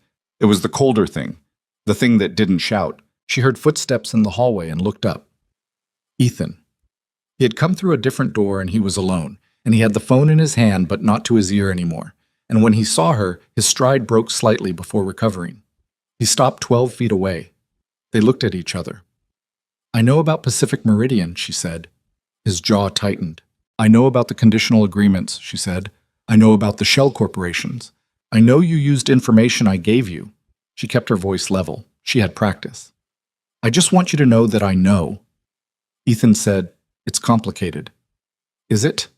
"Nyla, this was business. The project was, don't." The word came out sharp enough that he stopped. "Don't explain the project to me. I don't need the explanation. I need you to know that I know. That's all." He ran a hand through his hair. It was the same gesture she'd watched him make in the rose arbor, and it had the quality of a habit, something the body did when the mind was processing faster than it could manage. "Things have gone wrong tonight," he said. "There are financial complications that I didn't—" He stopped, reassembled. "I need to talk to Priya." "Yes," Nyla said. "You do. This thing with you and—" He gestured vaguely toward the garden, toward the general location of Tae-Jun, whoever he is. "I need to understand who he is." "Why?" "Because he's not in finance," Ethan said. "I know people in finance. That man is not—" He stopped again. She watched the computation run. "Gerald recognized him. Gerald wouldn't tell me from what." "I think," Nyla said, "that's a conversation you should have with Gerald." Ethan looked at her, really looked, the way he hadn't all evening. Not the social performing of looking, but the actual thing, and in it she saw, briefly, the 23-year-old she had first met at a mutual friend's dinner, before she knew what he was, before she understood the specific mechanics of how he moved through the world. For a single second, he just looked like a man standing in a hallway, understanding that he had broken something that could not be unbroken. "I'm sorry," he said. She looked at him. "I am," he said. "For the thing with the information. For not—" He stopped. He did not finish it. She understood that he had arrived at sorry and could not get past it into anything more specific because specificity would require him to say out loud what he had done, and Ethan Holloway had always preferred the feeling of accountability to its content. "Okay," she said. "Okay? You're sorry. I heard you." She pushed off from the wall. "I need to go back out there. Nyla." She walked past him. She went back through the door into the evening garden, and she felt the air change against her face, warmer outside, smelling of jasmine and the first beginning of night, and she stood on the threshold for a moment orienting herself. Tae-Jun was where she'd left him, standing beside the table, glass of water in hand, watching the garden with the composed attention of a man who was comfortable in his own stillness. He saw her come through the door, and he looked at her with the question he did not ask out loud. She walked back to him. "I need you to tell me the rest," she said. "All of it." "Here?" "Wherever, but now." He nodded. He set down the glass. They moved away from the main tables toward the garden's northern edge, where the boxwoods made a kind of natural screen and the lanterns were fewer and the noise of the party's ongoing reorganization was muffled. He stopped when they had enough privacy. "My organization," he said, "operates across 23 cities on the East Coast. Legitimate businesses, property management, logistics, hospitality, financial services. Built over 15 years. He looked at her steadily. "We also operate in the spaces where legitimate institutions fail to reach. Enforcement, resolution. The management of situations that require capabilities those institutions don't employ. She held his gaze. You're telling me you're organized crime. I'm telling you what I am, he said. Yes, she breathed. The properties I hold in your neighborhood, he continued. I began acquiring them 11 months ago, not to develop them, not to flip them. I have property managers in each building with instructions to maintain existing tenants and existing rents. The intention was to create a wall Pacific Meridian could not purchase through. To protect the block, she said. To protect the bakery, he said. The block followed from that. Why the bakery specifically? He looked at her. That, he said, is the part I was going to tell you tonight. That I came here to tell you. He paused. It's not a short answer. Then give me the short version and the long version later. 22 years ago, he said, I came to this country with nothing. 17 years old, no family here, no money. I spoke minimal English and I had the specific anger of someone who had been given a very bad hand and told to be grateful for it. He stopped. His jaw moved. She watched him find the next words. There was a bakery on Clement Street. An old woman who opened at 5 a.m. and kept a stool beside the front counter. Every morning for 4 months she gave me bread and coffee without asking me anything. Not who I was. Not where I was from. Not whether I could pay. She just... He stopped again. The pause this time was different from all the others. Deeper, something surfacing. She just fed me. Nyla was very still. Her name, he said, was May Brooks. The name hit her like cold water. She heard it and she felt it, and the garden went slightly distant around her as if the audio had been adjusted, the ambient sounds of the party pulling back to make room for what was happening in the immediate space between them. Her grandmother, May Brooks, who had opened the bakery in 1987 and run it for 31 years until the arthritis made the early mornings impossible. May Brooks, who had kept a stool beside the front counter and never asked anyone their business. May Brooks, who had told Nyla once, when Nyla was 12, that feeding someone was the most honest thing you could offer because it asked nothing and it could not be faked. Nyla's eyes were dry. She did not cry easily, and this was not the moment for it. Not because the moment didn't deserve it, but because she needed to be present in it, fully, without anything blurring the edges. The bread I make, she said. The recipes are hers. I know, he said. The sourdough, the sesame rolls, the honey pastry she made on Saturdays.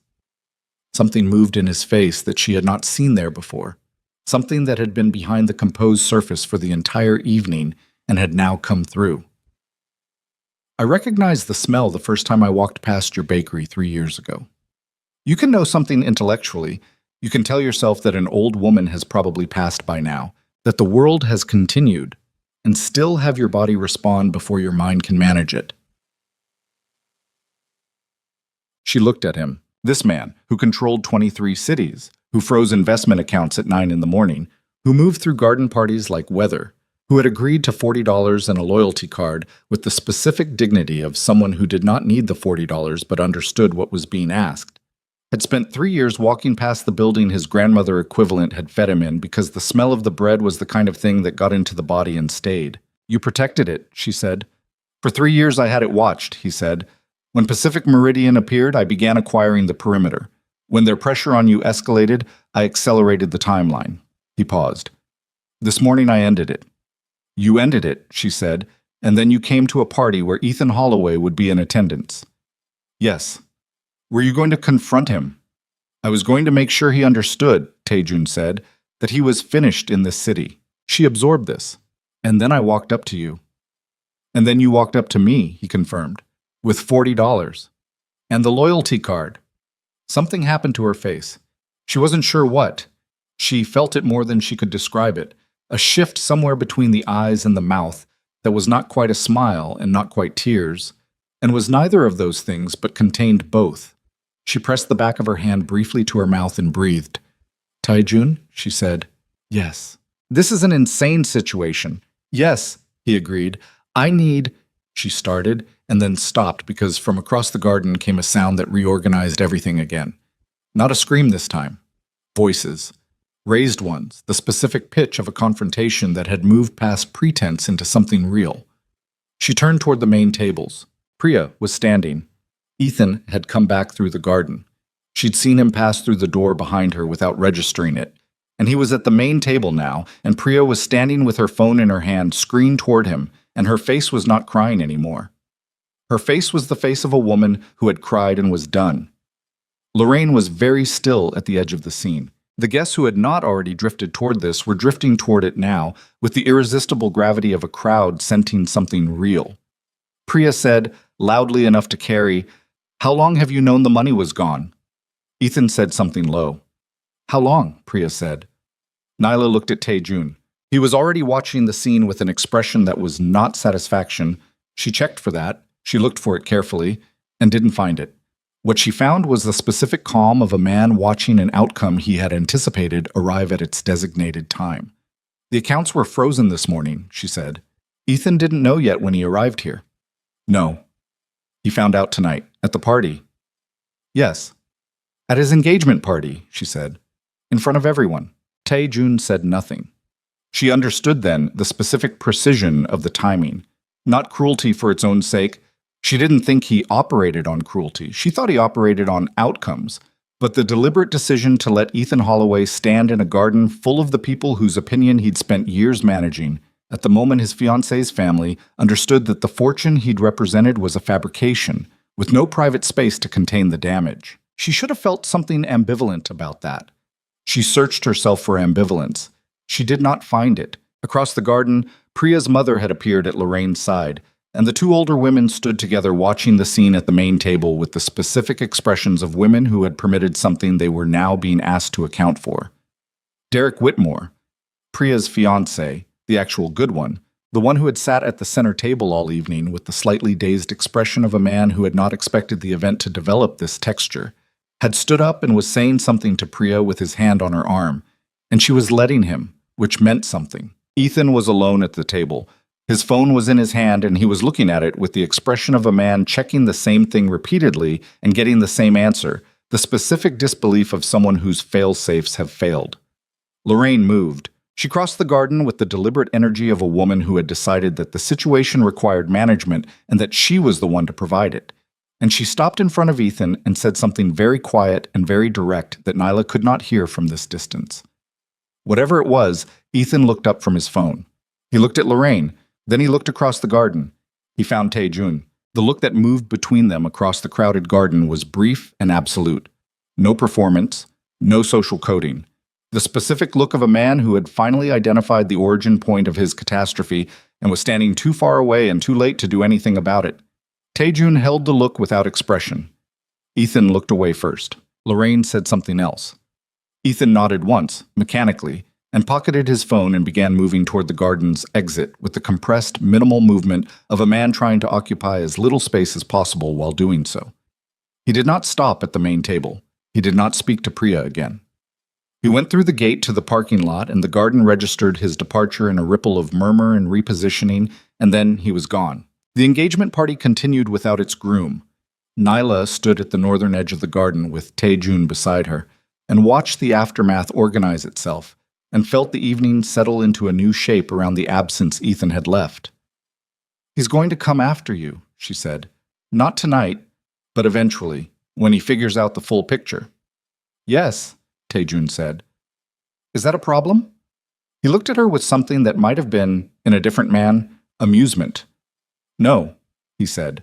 She nodded. She was processing too many things in parallel. Her grandmother's name in his mouth, the specific architecture of what Ethan had done with 2 years of her trust, the $40 still in her bag, the loyalty card, the dance in the amber evening that had been performance and then had not been, and under all of it, the particular thing that happened when someone told you the truth you hadn't known you were waiting for. Her phone vibrated. She pulled it out. A text from Marcus. "Where are you? Also, your aunt is looking for you. Also, everything is on fire. Also, I think your boyfriend might be the most terrifying person I have ever met, and I mean that as a compliment. Please advise." She looked up from the phone. Tae-jun was watching her. "Lorraine is looking for me," she said. "I imagine she is. She's going to want to—" Nyla stopped. "She's going to want to pretend she was always on my side." "Yes, and I'm going to have to decide how to handle that." "Yes," he said. "You are." She put the phone back in her bag. She looked at the garden. At the people redistributing around the new reality, at Priya standing with Derek's hand still on her arm, at Lorraine moving toward Nyla with the specific energy of a woman in full tactical redirect. And she felt something she hadn't felt when she walked through this gate 4 hours ago. Not triumph, not vindication, something quieter than either. The specific feeling of standing on ground that was hers. Lorraine arrived. She arrived with the champagne flute gone and her hands at her sides and an expression on her face that had shed the social lacquer entirely. What was underneath was not warmth. It was not that simple, but it was real in a way the previous version hadn't been. "Nyla," she said. Nyla waited. "I owe you an apology," Lorraine said. She said it the way people said things they had practiced enough to say, but not enough to say easily. "The table. Tonight. That was—" She stopped. "That was unkind." Nyla looked at her aunt, at the woman who had spent 6 years finding increasingly precise ways to communicate that Nyla's life did not measure up to a standard Lorraine had set without anyone's consent. She looked at her and understood, clearly, that this apology was real, and also that it had been produced by the evening's events, rather than by any internal reckoning that had preceded them. She thought of what Taejun had said in the garden, when Lorraine had first approached them. Respect shown only after discovering someone's power is not respect at all. She had not heard him say it yet. That was still coming. She didn't know that yet, standing here. But she would think about it later, and she would understand it applied here, to this moment, to this apology that had been made possible by the presence of a man in a perfectly fitted suit who had reorganized the room's understanding of who Nyla Brooks was. She was not going to accept an apology that had been produced by external pressure and call it a changed heart. But she was also not going to perform bitterness she didn't fully feel. "Thank you," she said, "for saying it." Lorraine nodded. Her eyes moved to Taejun with something in them that was no longer assessment or recalibration, but something more honest than either. Something close to uncertainty, which Lorraine Pemberton Brooks wore like a garment she had not owned before and didn't know quite how to carry. Taejun looked at her and said, calmly and without any particular inflection, "Mrs. Pemberton Brooks, I want to be direct with you about something." Lorraine waited. "When you placed Nyla at the children's table tonight," he said, "you made a decision about her value based on what she had not yet done, not on what she had built, not on who she is." He paused. "I understand why you might be reconsidering that decision now, given what this evening became, but I want you to understand the reconsideration should have nothing to do with me." The garden was very quiet around the three of them. "Nyla has always been worth reconsidering," he said. "Tonight didn't create that. Tonight just made it harder to ignore." He looked at her steadily. "From this point, I'd suggest the consideration be ongoing, regardless of who is or isn't standing beside her." Lorraine was silent for a long moment. Then she said very quietly, "You're right." And something in her face, underneath the silver hair and the 30 years of performed authority, showed the first honest thing Nyla had ever seen it show. The specific expression of a person encountering a version of themselves they do not entirely. Lorraine's face held that expression, the one with no name for it, the honest one, for approximately 4 seconds before she recovered enough to nod once and excuse herself back into the garden with the careful dignity of a woman reassembling herself in real time. Nyla watched her go. The Edison bulbs overhead had gone fully warm now, yellow against the darkening blue of the evening sky, and the garden had rearranged itself into something quieter and stranger than it had started as. Priya was inside the estate with Derek and her mother. The string quartet had packed up. The catering staff was moving through the remaining guests with quiet efficiency, collecting glasses, asking no questions. The party was not over, but it was ending. The way things ended when the central reason for gathering had been removed. Marcus appeared from behind a hydrangea bush with 2 glasses of water and the expression of a man who had been doing surveillance. "I heard most of that," he said, handing Nyla a glass. "I know," she said. "I wasn't eavesdropping. I was standing nearby for support." "Marcus, I was absolutely eavesdropping." He looked at Taejun. "You just said that to my aunt, to Lorraine Pemberton Brooks, who has made every family gathering for 30 years operate according to her specific personal gravity." He paused. "Nobody has ever said anything like that to her." "Someone should have," Taejun said. Marcus considered this. "Yeah," he said. "Yeah, they really should have." He drank from his water. "Okay. I have one question, and then I'll stop asking questions. Nyla said, "You will absolutely not stop asking questions." "I'll stop asking questions tonight, Taejun." He turned. "What do you actually do?" Taejun looked at him steadily. "I manage significant assets across multiple industries and ensure that the operating environments for those assets remain stable." Marcus processed this. "That's the most expensive way I've ever heard someone say I handle problems." "Yes," Taejun said. "Okay," Marcus said. He looked at Nyla. "I'm supportive," he said. "I remain aggressively supportive." He kissed her on the top of her head, a thing he'd done since they were children, and he was 3 inches shorter than her before the growth spurt, a habit that had persisted after he was 4 inches taller, and walked back toward the remaining guests. Neela stood with her water glass in the fading garden. "We should go," Taejun said. "Probably. You've done what you came to do." She thought about Table 4 with its yellow tablecloth and its balloon centerpieces, and the children who had dismantled their bread rolls with the focused energy of people with no awareness of the surrounding social architecture. She thought about the parking lot. She thought about $40 and a loyalty card with 6 punches on it. She thought about the way the string quartet had played something with a minor key when they danced, and the smell of jasmine, and the specific sentence her grandmother had spoken once about bread, and how Taejun had received that sentence with his whole body without knowing that was what he was doing. "Yes," she said. "I have." They left through the garden gate together. The parking lot was quiet. Most guests had begun dispersing after the engagement's public implosion, and the valets had been busy for the past 20 minutes running cars around. Nyla's Honda sat where she'd left it, dashboard crack invisible in the dark, reliable in the particular way of things that were not glamorous but never failed when you needed them. They stopped beside it. The lot was nearly empty. 2 valets at the far end talking, a black sedan at the estate's main entrance, waiting for someone. The second car, the one that had arrived with Taejun's men, was gone. "The men who came," she said. "Earlier." "What was that?" "Information," he said, "about the account freezes, confirming everything had processed correctly." "Was it necessary for them to come in person?" "No," he said, "but I'd asked to be informed directly when it was confirmed." She looked at him. "Because you wanted to know it was done before you talked to me." "Yes." She absorbed that. "You were going to tell me tonight regardless, before I asked." "I came here to tell you," he said. "The rest of it, the party, your family, the hour of whatever this was," a pause, "I had not planned for."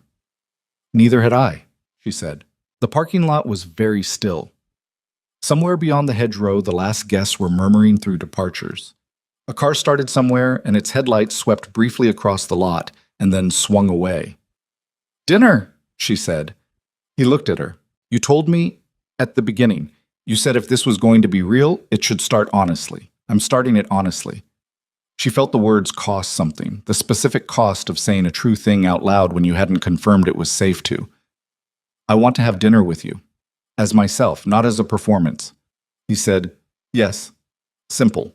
Direct. The same way he'd said, "all right," in the parking lot 4 hours ago with her loyalty card in his hand.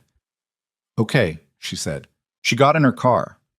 He stood beside his until she pulled out, and she watched him in the rearview mirror as she turned toward the lot's exit, standing with his hands at his sides, the black Mercedes behind him, the estate's lights going amber above the hedgerow. And she thought, "This is the most impossible day I have ever had, and I don't regret a single minute of it." She drove home. She did not sleep well. This was not unusual. She was a 5 a.m. baker, and her sleep schedule had its own eccentric logic, regardless of events. But the quality of the wakefulness was different from its usual texture. She lay in the dark of her apartment above the bakery with the ambient sounds of Clement Street filtering up through the floor and turned the evening over and over in her hands. Her grandmother had fed a frightened 17-year-old bread and coffee for 4 months without asking who he was. That 17-year-old had grown into a man who froze financial accounts across 2 states and walked into a garden party in a perfectly fitted suit and dismantled a decade of her family's social architecture by being completely, unnervingly himself. And the bread that had kept him alive was the same bread she made every morning. She pressed her forearm over her eyes and lay very still. Sometime around 3 in the morning, she gave up on sleep and went down to the bakery and started the first proof. The dough had its own demand, and she gave herself to it. The weight of it, the temperature, the specific resistance under her palms that told her what the fermentation was doing. This was what she knew. This was the most honest thing she had learned how to do. At 5:15, when she opened the front door and turned on the lights, and the smell of the first loaves filled the street-level air, she let herself think about what came next. What came next arrived 3 days later in the form of a phone call from a number she didn't recognize. The voice on the other end was not Tai-jun. It was a man she didn't know, speaking with the specific pleasantness of someone whose pleasantness was a professional instrument. He identified himself as a representative of Carrie Whitfield, the name Ta-jun had given her, the Atlanta architect of Pacific Meridian, and said that Mr. Whitfield wanted to arrange a conversation with Ms. Brooks at her earliest convenience. She said, "About what?" The man said, "A resolution." She said, "I'll think about it," and hung up and called Tae-jun. He picked up on the second ring. She told him. There was a pause on his end that had a quality she was starting to be able to read. Not surprise, but recalculation. "Don't agree to anything," he said. "I wasn't planning to. Don't meet with anyone from Whitfield's organization without telling me first." "I understand." "Nyla." A pause. "I'm going to come by the bakery this afternoon." "Okay." He came at 3, between the lunch rush and the evening, when the bakery was in its quiet hour and the display cases were half emptied, and the light came through the front window at the angle she'd spent 30 years watching it move. He sat at the counter, the same stool, and she set a coffee in front of him and a sesame roll and stood on the other side. He looked at the roll for a moment. "This is the one," he said. "Yes." He picked it up. She watched him hold it the way you held something that had a specific weight that wasn't just the thing itself, and she turned around and pretended to check something in the pass-through so he could have the moment without being observed. When she turned back, he was drinking his coffee, and his face was composed. "Whitfield is making a move," he said. "The account freezes slowed him, but he's not stopped. He has enough structural separation from Pacific Meridian that the compliance investigations don't touch his personal assets directly." He set the coffee down. "He's going to try to approach you independently, without Ethan's involvement. He'll offer something that looks like a clean deal, above market, no contingencies, and he'll have a lawyer standing by." "To do what?" "To explain why it would be in your interest to accept quickly." She looked at him. "Is it?" "No," he said.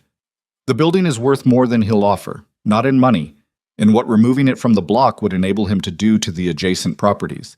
He needs this building as a linchpin, and he knows it." "Then what do I do?" "Nothing," he said. "You do nothing. You bake your bread, and you serve your customers, and you do not respond to Carrie Whitfield's people." He looked at her steadily. "I'll handle Whitfield." "How?" "The same way I handle everything," he said, "by making sure that the cost of continuing is higher than the cost of stopping." She studied him. "How high are you willing to push that cost?" He held her gaze. "High enough." She understood what that meant and didn't understand the full specifics, and understood, in a way that was new and required some adjustment, that she was okay with that. This was the part of loving someone, and she had not yet said that word even inside her own head, but it was beginning to be there, working its way toward the surface. That required you to accept the places where their world operated differently from yours, without making them wrong for it. She went back to work. 6 days later, Carrie Whitfield flew in from Atlanta. She knew this because Tae-jun told her at 7 in the morning by text. "Whitfield is in the city. Don't open the back door for anyone today. I mean that literally." She texted back, "Why the back door specifically?" He texted, "Because the front door has a camera and people who intend trouble prefer not to be recorded." She stood in the bakery at 7:15 reading that text and felt the temperature of the situation change in a way it hadn't in the previous week. The financial disruption, the engagement implosion, the Ethan revelation, those had been corporate and social, cold damage, clean damage, the kind that happened through screens and account numbers. This was different. This was Whitfield in the city and the back door in a text that had the specific texture of someone who was no longer managing a situation from a distance. She locked the back door. She texted her 3 employees to use the front entrance only today, no explanation needed. She served her customers and kept the display cases filled and watched the front window between orders. At 11:40, a man came in who was not a regular customer. She knew immediately. You develop the instinct after enough years of early mornings, the way a person held themselves when they were in a room for a purpose other than the room's stated purpose. This man was 50s, wide, with the kind of face that had been handsome once and had settled into something more pragmatic with time. He wore a jacket that was slightly too warm for the weather. He looked at the pastries in the case with the eyes of someone who was not looking at the pastries. He said, "Ms. Brooks." She said, "Can I help you?" He put a business card on the counter. Not Whitfield's card, a law firm's card. Charleston address. "Mr. Whitfield would like to meet with you today. He's in the city for a limited time, and he believes the two of you could reach an arrangement that would be beneficial to—" "I'm working," she said. "Ms. Brooks." "I'm working," she said again, and moved to help the next customer in line with the complete finality of a woman who had not shifted position and was not going to. The man stood at the counter for a moment. He picked up the business card. He looked at her with something in his face that was not aggressive but was also not neutral. The specific look of someone communicating that this was a courtesy that would not be extended indefinitely. He left. She called Tae-jun. "He sent a lawyer." "I know. There's someone outside who saw him come in." "You have someone watching the bakery?" "Since this morning." She absorbed that. Tae-jun. "Yes." "How close is this to becoming a problem I can't manage?" A pause. 3 seconds. "I'm handling Whitfield today," he said. "What does that mean?" "It means I'm going to meet with him this afternoon, and we're going to reach a mutual understanding." "And if you don't?" "We will." She held the phone against her ear and looked at the bakery, the display cases, the flour-dusted prep table visible through the pass-through, the crack in the counter tile she kept meaning to have repaired, the photo above the espresso machine of her grandmother standing outside the front door in 1989, young and solid, and slightly squinting into the sun. She looked at all of it and felt the specific weight of loving something you couldn't fully protect. "Tell me where," she said. "Nyla, tell me where you're meeting him." I'm not asking to be protected," she said. "I'm asking to be present. This is my building, my grandmother's building. Whatever you're going to say to him, I want to be in the room." A longer pause this time. "The Harrington," he said finally. "4th floor, 3 o'clock. She closed the bakery at 2:15, left her assistant manager in charge of the remaining prep, and drove to the Harrington Hotel in a 7-year-old Honda with a cracked dashboard mount. She parked in the garage and rode the elevator up with her hands in the pockets of the same green wrap dress because she had not had time to go home and change, and also because she was done apologizing for what she was wearing. Tae-jun was in the hallway outside the suite when she arrived. He was alone, which surprised her. She had expected the men in the dark suits, and he looked at her without expression for a moment when she stepped off the elevator. "You came," he said. "I said I would." He looked at her. Something in his face, the specific thing she'd been learning to read, the thing that moved beneath the composed surface, shifted. Not dramatically. Just enough. "All right," he said. "How many people are in there?" "Whitfield. His lawyer from the card. One more." "Security?" "One, stationed near the window." She nodded. "What are we walking in as?" He looked at her. "What do you mean?" "I mean, are we walking in as—" She paused, searching. "Business. As opposition. Or as something else." He considered this for a moment. "We're walking in as the people who hold every card in this negotiation," he said. "That's sufficient." She nodded. "Then let's go." He opened the door. Carrie Whitfield was not what she'd expected. She had constructed a version of him from Tae-jun's description and Ethan's association and 8 months of lawyers' letters, corporate, smooth, the particular aggressive blandness of men who operated behind structural cover. The real Whitfield was smaller than this construction, not physically small. He was a large man, barrel-chested, with a full head of silver gray hair and the kind of hands that had done physical work before they'd done boardroom work. He was 60-something. He had the specific confidence of someone who had built his way to where he was from something actual, which made him more dangerous than inherited confidence would have. He looked at Nyla and then at Tae-jun, and his face did the thing Ethan's face had done at the party. The rapid, involuntary recalculation of a man who was receiving information he had not expected. He was better at concealing it, but it was there. "Mr. Kang," he said. "Mr. Whitfield," Tae-jun said. He did not sit. He stood near the center of the suite's sitting area with his hands at his sides. and Nyla stood beside him, and neither of them moved toward the chairs that had been arranged for this meeting. "Ms. Brooks," Whitfield said, looking at her. "I'm glad you're here. I've been trying to speak with you directly for some time." "I know," she said. "I think there's been a mischaracterization of what our project—" "There hasn't," Taejun said. Whitfield looked at him. "There's been no mischaracterization," Taejun said. "Ms. Brooks understands the project. She understands the pressure campaign. She understands Ethan Holloway's involvement and the information that was used to design the approach to her specifically." He paused. "We didn't come here for a recharacterization. We came because you asked for a meeting and Ms. Brooks chose to be present for whatever you have to say." Whitfield's jaw moved. The lawyer beside him, a woman, 40s, the Charleston card, with the specific posture of someone who bills by the quarter hour and does not waste them, made a small movement that might have been reaching for a document. "The accounts will remain frozen," Taejun continued, "until the federal compliance reviews are complete. That timeline is not within my control or yours. The conditional agreements on the adjacent properties are void. The structural mechanism you built to convert the Clement Street block is gone." He said this the way he said everything, without heat, without performance, as fact. "What you have now is whatever personal assets survived Pacific Meridian's collapse, and a development project that has no viable path forward in this city." Whitfield was very still. "I can help you understand that clearly," Taejun said. "Or you can spend the next 18 months testing whether that assessment is accurate." He paused. "That's the meeting." Whitfield looked at him for a long moment. He looked at Nyla. She held his gaze without expression and felt her heartbeat in her ears and her hands completely steady. "What do you want?" Whitfield said, to Taejun. "Nothing from you," Taejun said. "That's the point. I don't want a deal. I don't want a renegotiation. I want you to understand the situation correctly so you can make an informed decision about your next move." "And the building?" "Stays," Taejun said, "exactly as it is." Whitfield breathed. It was a controlled breath, the kind that came from practice. His hands, which had been flat on the armrests of his chair, turned slightly, just the wrists, and she saw the tell in it, the specific physical language of someone recalculating their position and not liking the new number. "You're Kang Tae-jun," he said. Not asking, confirming. "I've heard your name in 3 different cities." "That's reasonable," Tae-jun said. "The people who told me about you did not speak lightly." "Also reasonable." Whitfield looked at him for another long moment.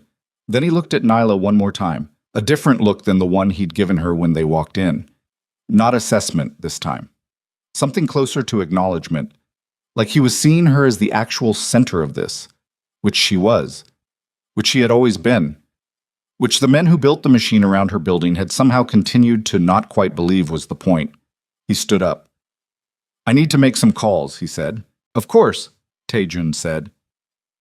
Whitfield moved toward the suite's bedroom. The Charleston lawyer stood, gathered the document she had not been given the opportunity to deploy, and followed. The security man near the window shifted his weight and then went still again.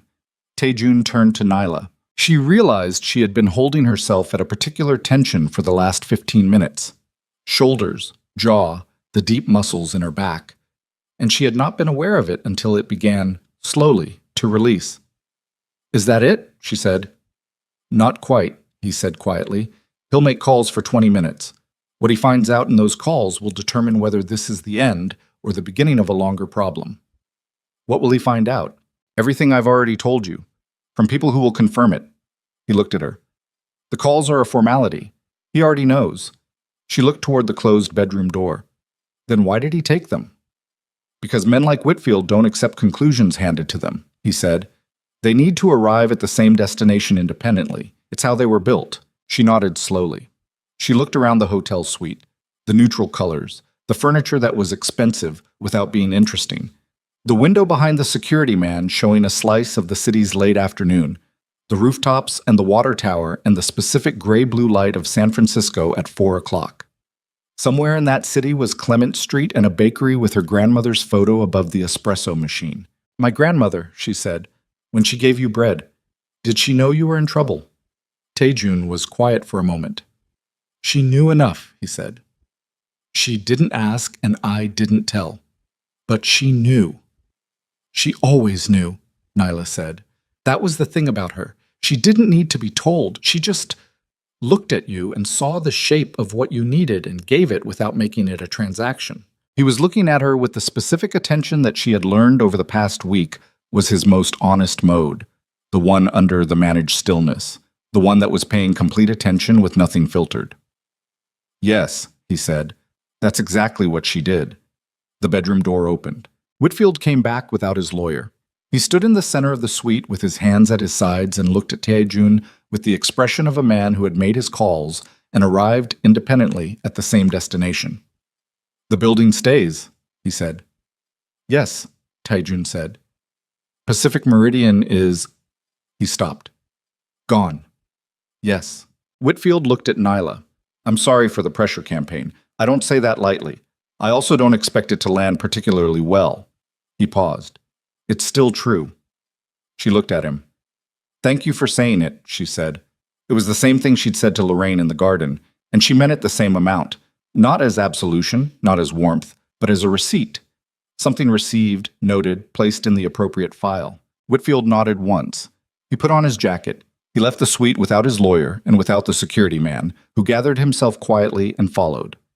The Charleston lawyer emerged from the bedroom with her briefcase and looked at Nyla with an expression that was, briefly and completely unexpectedly, the expression of a woman looking at another woman with something adjacent to respect. Then she was gone too. The suite was empty. Nyla stood in the center of it with Tae-jun and the city light coming through the window and the specific silence of a room in which something large had just finished happening. Her phone buzzed. She looked at the screen. Unknown number. A text. This isn't over. You think Kang protects you forever? Ask him what he protected before he got to you. Ask him what happened to the last thing he tried to keep. She looked at it.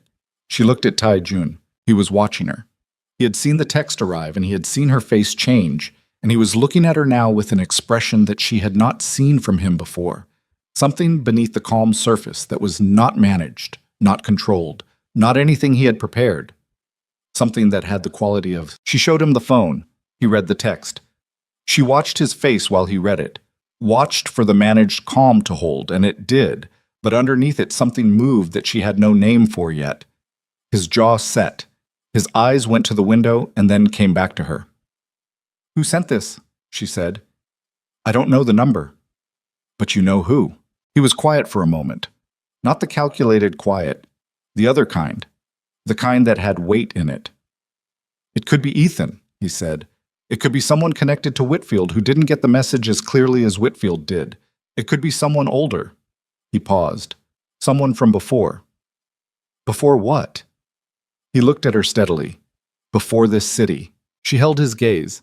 The suite was still around them, the late afternoon light going flat against the window, the city noise muffled to a low frequency through the glass. She had a text on her phone from an unknown number telling her to ask this man what he had failed to protect, and she was standing in a hotel room with him 3 days into something she didn't have a word for yet, and she understood that she had arrived at a place where she could retreat or she could ask. She asked, "What happened to the last thing you tried to keep?" He did not look away. She had expected him to, had expected the managed surface to redirect, to defer, to produce the careful version of an answer that revealed nothing essential. He didn't. Sit down, he said. They sat. The suite's neutral furniture, the window, the city going gray-blue behind it. He sat across from her with his hands open on his knees. Not the controlled stillness this time, but something more effortful. A man holding himself in a particular shape because the alternative was coming apart. 12 years ago, he said, I had a partner. His name was Jin-ho. We had built the East Coast operation together over 5 years, starting from nothing, the same way I started from nothing when I was 17. He stopped, breathed. Jin-ho had a family, a wife, a daughter who was 4 years old. He looked at his hands. There was a rival organization, a group I'd been removing from the markets we operated in. I had underestimated how far their reach went and how willing they were to go past business into personal. She did not speak. She held very still. They went after Jin-ho's family, he said. Not him. His family. He stopped again, longer this time. His wife survived. His daughter was not hurt physically, but Jin-ho... He stopped completely. He didn't survive, she said. He made it to the hospital, Taejun said. He died there. His daughter was 4 years old. She's 16 now. I pay for her education, her mother's house, everything they need. I have since the day he died. He looked up from his hands. But I could not give them back what they lost, and I knew, from that day I knew, that the kind of closeness that makes someone a target through you is something you cannot allow yourself. She understood. She understood the parking lot, the perfectly maintained distance, the suit that fit like armor, the quality of his stillness that was not coldness, but the specific discipline of a man who had learned that warmth had a cost he had already paid once in the worst possible currency. The text, she said. Is someone telling you that I am dangerous to be near, he said, and they are not entirely wrong. Are they entirely right? He looked at her. No. The organization that killed Jinho no longer exists. I spent 4 years making sure of that. The people who sent this text are working with old information about old vulnerabilities. My operation is different now. Cleaner, more insulated, more careful. He paused. But I cannot tell you that proximity to me carries no risk. I won't do that. She looked at her phone on the cushion beside her, at the text, at the unknown number with its specific intent. Not a warning issued out of concern for her, but a weapon pointed at the thing that was developing between her and this man, wielded by someone who understood that the way to destabilize Kang Tae-jun was not to threaten him directly, but to threaten what he was beginning to allow himself to want. She picked up the phone. She blocked the number. She set the phone face down on the cushion. Tae-jun watched her do this. Nyla, he said. I heard everything you said, she said. I'm not minimizing it. I understand what you're telling me, and I understand it's real. She looked at him. But whoever sent that text sent it because they thought it would make me run, and I don't respond well to being told what to do by people who are trying to use me to hurt you. He was very still. I'm also 30 years old, she said. I've spent 6 years being told by people who were supposed to love me that I was making the wrong choices by not making the choices they wanted me to make. I'm done letting other people's agendas determine my directions. She held his gaze. I'm not naive. I'm not making this decision without understanding the cost. I'm making it because I looked at the cost and decided. Silence. He said, You're certain. I'm certain I want dinner, she said. I'm certain about the rest as it comes. Something happened in his face. Not the shadow of a smile this time, not the corner of the mouth thing. Something more complete than that. Something that arrived without management and stayed for a moment before he had the chance to regulate it back. She saw it, and she filed it in the place where she was keeping the things that were true about him. Okay, he said. Okay, she said. They left the hotel. The dinner was not that night.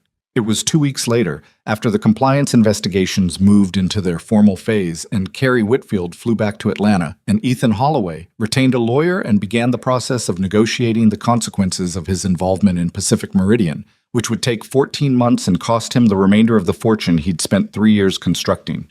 Priya had the engagement quietly dissolved by the end of the month. Marcus texted Nyla a single emoji, a small red flag, and she sent back a laughing face, and they left it there. The dinner was at a Japanese restaurant in the Richmond district, 8 blocks from the bakery, that Tae-jun had been going to alone for 3 years. He had told her this on the phone 2 days before. She had said, 3 years and you've been going alone. He had said, until now. She had set the phone down after they hung up and stood in her flour-dusted kitchen at 10:30 at night and felt the specific warmth of something that didn't have a name being confirmed. She wore jeans and a dark blue shirt and her grandmother's watch. He was already there when she arrived, sitting at a corner table with his back to the wall, a habit she was learning that had no explanation required. And he stood when she came in, which she hadn't expected, and she thought, this is real. This is actually real. I need to remember every detail of this. They ate for 2 hours. She told him about the bakery's first year, the months when she wasn't sure the rent would clear, the week the refrigeration failed and she lost $200 of butter, the first time the line went out the door and around the corner and she stood in the back and cried with her hand over her mouth so her employee wouldn't hear. He listened the way he listened to everything, completely. And when she finished, he said, Your grandmother would have been proud. And she said, I know. I think about that every day. And neither of them said anything else about it because it was enough. He told her about the early years of the organization, not the mechanics, not the specifics she didn't need and hadn't asked for, but the shape of it, the decisions that had compounded into the thing it became.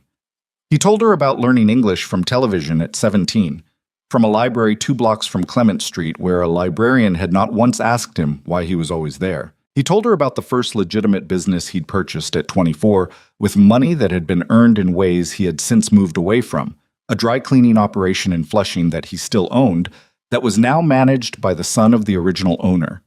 He told her these things in the particular way of a man who was not used to telling them and was finding that the telling cost less than he'd expected. She paid for dinner.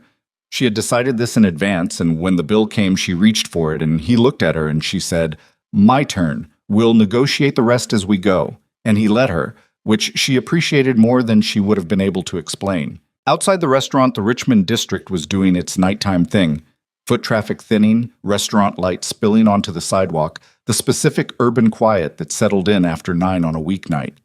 They walked the 8 blocks to the bakery without planning to, following the direction they were both already facing. She unlocked the front door. She said, "Come in," and he came in, and she turned on the case lights, but not the overheads, so the bakery was lit softly from below. The pastries in the cases and the flour on the prep counter and the photo of May Brooks above the espresso machine. He stood inside the door and looked at the photo. She let him look. After a moment, he said, "She's younger there than I remember her. I only knew her for 4 months. In my memory, she's larger, the way people who feed you become larger." "She was like that in person," Nyla said. "She filled a room without trying." "Yes." She went behind the counter and started the espresso machine by habit, the way she did every morning, the way she would do tomorrow morning and the morning after. She made 2 coffees. She brought them out and set his on the counter in front of the stool, and he sat down on it and wrapped his hands around the cup, and she stood on the other side, the way she'd stood across from him the first afternoon he came in, except that now she knew the shape of who was sitting there. "I want to tell you something," she said. He looked at her. "I've spent a long time," she paused, working out how to say it accurately.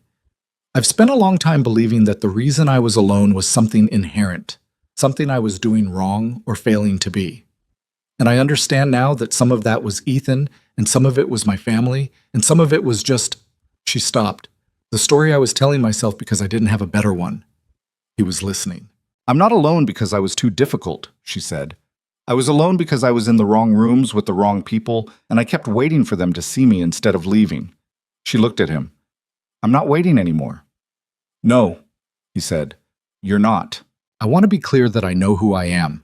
I run a bakery. I wake up at 4:30, and I smell like flour until 8 at night, and I drive a Honda with a cracked dashboard thing, and my family is—" She gestured, complicated, charitably. "I am not—" She stopped. "I'm not glamorous. I'm not what people assume someone like you would have beside him." "Someone like me," he said. "You know what I mean. I know what people assume someone like me would have beside him," he said. "I've spent 12 years not having anyone beside me because the calculation never came out correctly." He held his coffee. "You walked up to a stranger in a parking lot and offered him $40 and a loyalty card and told him exactly what you needed, and you did it with more honesty than most people manage in a lifetime of conversation. That is not a small thing." He paused. "That is not common." She looked at him. He looked back. "4 punches left on the card," he said. She made a sound that was not quite a laugh, but was related to one. She reached under the counter and pulled out the loyalty card. She had kept it. She had not examined why she had kept it. She had simply put it in the drawer and left it there. And she set it on the counter between them. He picked it up. He looked at it. He put it in his jacket pocket with the specific care of someone storing something that was going to stay there. That was the night it became real. Not official. Official came later, quietly, without ceremony, because neither of them were ceremony people, Nyla for 30 years of reasons, and Tai Jun for 12. But real arrived that night in the bakery with the case lights on, and the espresso machine's ambient heat, and May Brooks looking down from the photograph with that slight squint that had always meant she was deciding something about the world in front of her. The weeks that followed had their own texture. Tai Jun came to the bakery 3 times a week. He always sat at the counter, always ordered the same coffee, and over the course of the first month worked his way systematically through every pastry in the case with the focused attention of a man conducting a serious evaluation. He gave his opinions without being asked. The morning bun needed more orange zest. The almond croissant was better than anything he'd had in France. The sesame roll was correct in every particular and should never be changed. She told him the orange zest note was good, and she'd consider it, and she was not changing the sesame roll. He said he didn't expect her to. She said good. Marcus came in one Saturday and found Tae-jun at the counter and sat down beside him, and they talked for an hour about basketball, which neither of them followed closely, and property values in the Richmond district, which both of them followed closely. And when Marcus left, he texted Nyla, "Okay, I have more questions, but also I think he's good. Preliminary finding, subject to revision." She texted back, "Noted." He sent the small red flag emoji again. She sent back a heart. The compliance investigations took their course. Ethan's lawyers negotiated. Pacific Meridian's accounts remained frozen through the winter and into the spring. And the resolution, when it came, cost Ethan the investment he'd put in, and the reputation he'd built on top of it, and the network of relationships that had depended on other people believing he was who he'd performed being. Priya rebuilt more quietly. She went back to the law degree she'd set aside, got a position at a mid-sized firm in Oakland, and appeared at a Brooks family gathering 6 months later with the particular composure of a woman who had been badly fooled and had decided to use it rather than hide it. Nyla sat beside her at that gathering, and they talked for the first time, really talked. And Priya said, "I should have asked more questions." And Nyla said, "He was designed to make questions feel unnecessary." And Priya looked at her and said, "You're the only person who said anything to me about him that wasn't just, 'I told you so.'" And Nyla said, "I've had enough of those to know what they cost." Lorraine did not become a different person. This was the thing Nyla understood slowly over the months that followed. That the garden party and Tae-jun's words and the specific public accounting of that evening had not transformed her aunt into something else. Lorraine remained who she was, a woman who measured people by metrics she'd chosen decades ago and had not fully re-examined. But she was quieter in her measurement. She directed it less at Nyla. She called once, in February, to ask about the bakery's expansion plan she'd read about in a neighborhood publication, and the call lasted 11 minutes and was entirely civil. And at the end of it, Lorraine said, "Your grandmother would be proud," which was the same thing Tae-jun had said, and which landed differently from Lorraine because it cost her more. Nyla said, "I know, I think about that every day." And she meant it both times. The expansion Lorraine had read about was small. Neela had taken the space adjacent to the bakery that had been a phone repair shop and had spent 3 months gut renovating it into a second prep kitchen and a 6-table seating area. She had done this with her own savings and a loan she'd taken at better terms than she'd expected, because the building's financial standing had been, quietly and without announcement, improved by the resolution of the Pacific Meridian situation and the stabilization of the entire block. Tae-jun had not offered to pay for the expansion. She had not asked him to. They had not discussed it at all. What he had done was make sure the block was stable, the adjacent properties were held by managers who had no interest in selling, and the street-level environment around the bakery was what it had always been.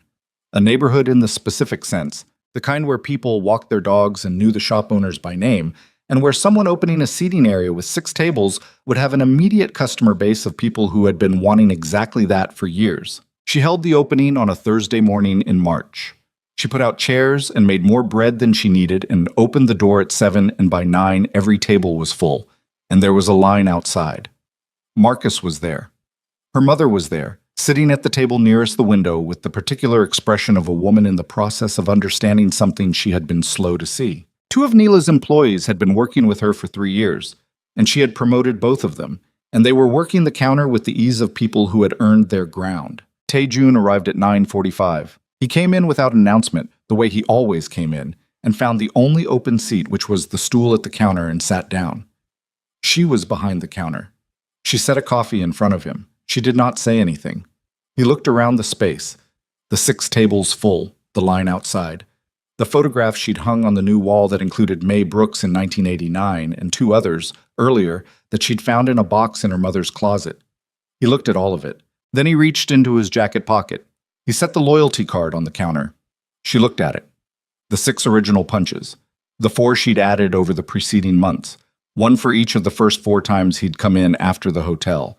A joke that had become a habit that had become something else. 10 punches total, 1 over the threshold for the free coffee. She took the card. She held it. "You're past the limit," she said. "I know," he said. "You're owed a free coffee." "I'm aware." She looked at him across the counter. The morning light was coming through the front window at a low angle. the specific March light that was pale and without warmth but very clear, and in it she could see the scar on his jaw and the slight furrow in his brow and the dark eyes that paid attention to everything and had been paying attention to her, specifically for 7 months, without once looking away when it would have been easier. She put the loyalty card back under the counter. "On the house," she said. He picked up his coffee. Outside, the line was still moving. The 6 tables were cycling, people finishing, people arriving, the specific rhythm of a room that had found its purpose. One of her employees was calling out an order. Someone at the window table laughed at something. The espresso machine made its ambient sound. Flour on the counter. The smell of the second proof coming through from the back kitchen. The whole early morning weight of the things she had built pressing gently against her like something solid. She looked at the photograph of May Brooks above the machine. May Brooks, who had kept a stool beside the front counter and given bread and coffee to a frightened 17-year-old for 4 months without asking who he was. Who had said that feeding someone was the most honest thing you could offer. Who had left a building and a set of recipes and a way of standing in a room that her granddaughter had been inheriting and re-inheriting for 30 years. Sometimes consciously and sometimes not. Nyla thought, "I think I understand now." She thought, "You built something that lasted long enough to find its way back to you." She thought, "I'm going to do the same." Taejun finished his coffee. He set the cup down and looked at her with the specific look she had learned over 7 months was his most honest one. The one that was not managed, not calculated, not armor. And she looked back with the specific steadiness of a woman who had stopped waiting for permission to be seen. "Tomorrow," he said. "Tomorrow," she agreed. He left. She turned back to the counter and picked up the next order and called it back to the kitchen. And the morning continued with its own momentum, the line and the tables and the bread coming out in its time, and Nyla Brooks stood in the middle of what she had made and felt, without irony and without reservation, the particular warmth of a life that had found its own shape. Not because someone had given it to her, because she had held on to it long enough for it to become undeniable. Outside on Clement Street, the city was doing what it always did, moving, building, breaking, rebuilding, the constant low hum of people trying to make something that lasted. And the bakery sat inside all of that with its lights on and its door open and the smell of bread reaching all the way to the sidewalk. The same smell it had always been, the one that got into the body and stayed, the one that said, "Someone here knows what you need, and they're not going to make you ask twice." That was the inheritance. That was what it had always been. And it was enough.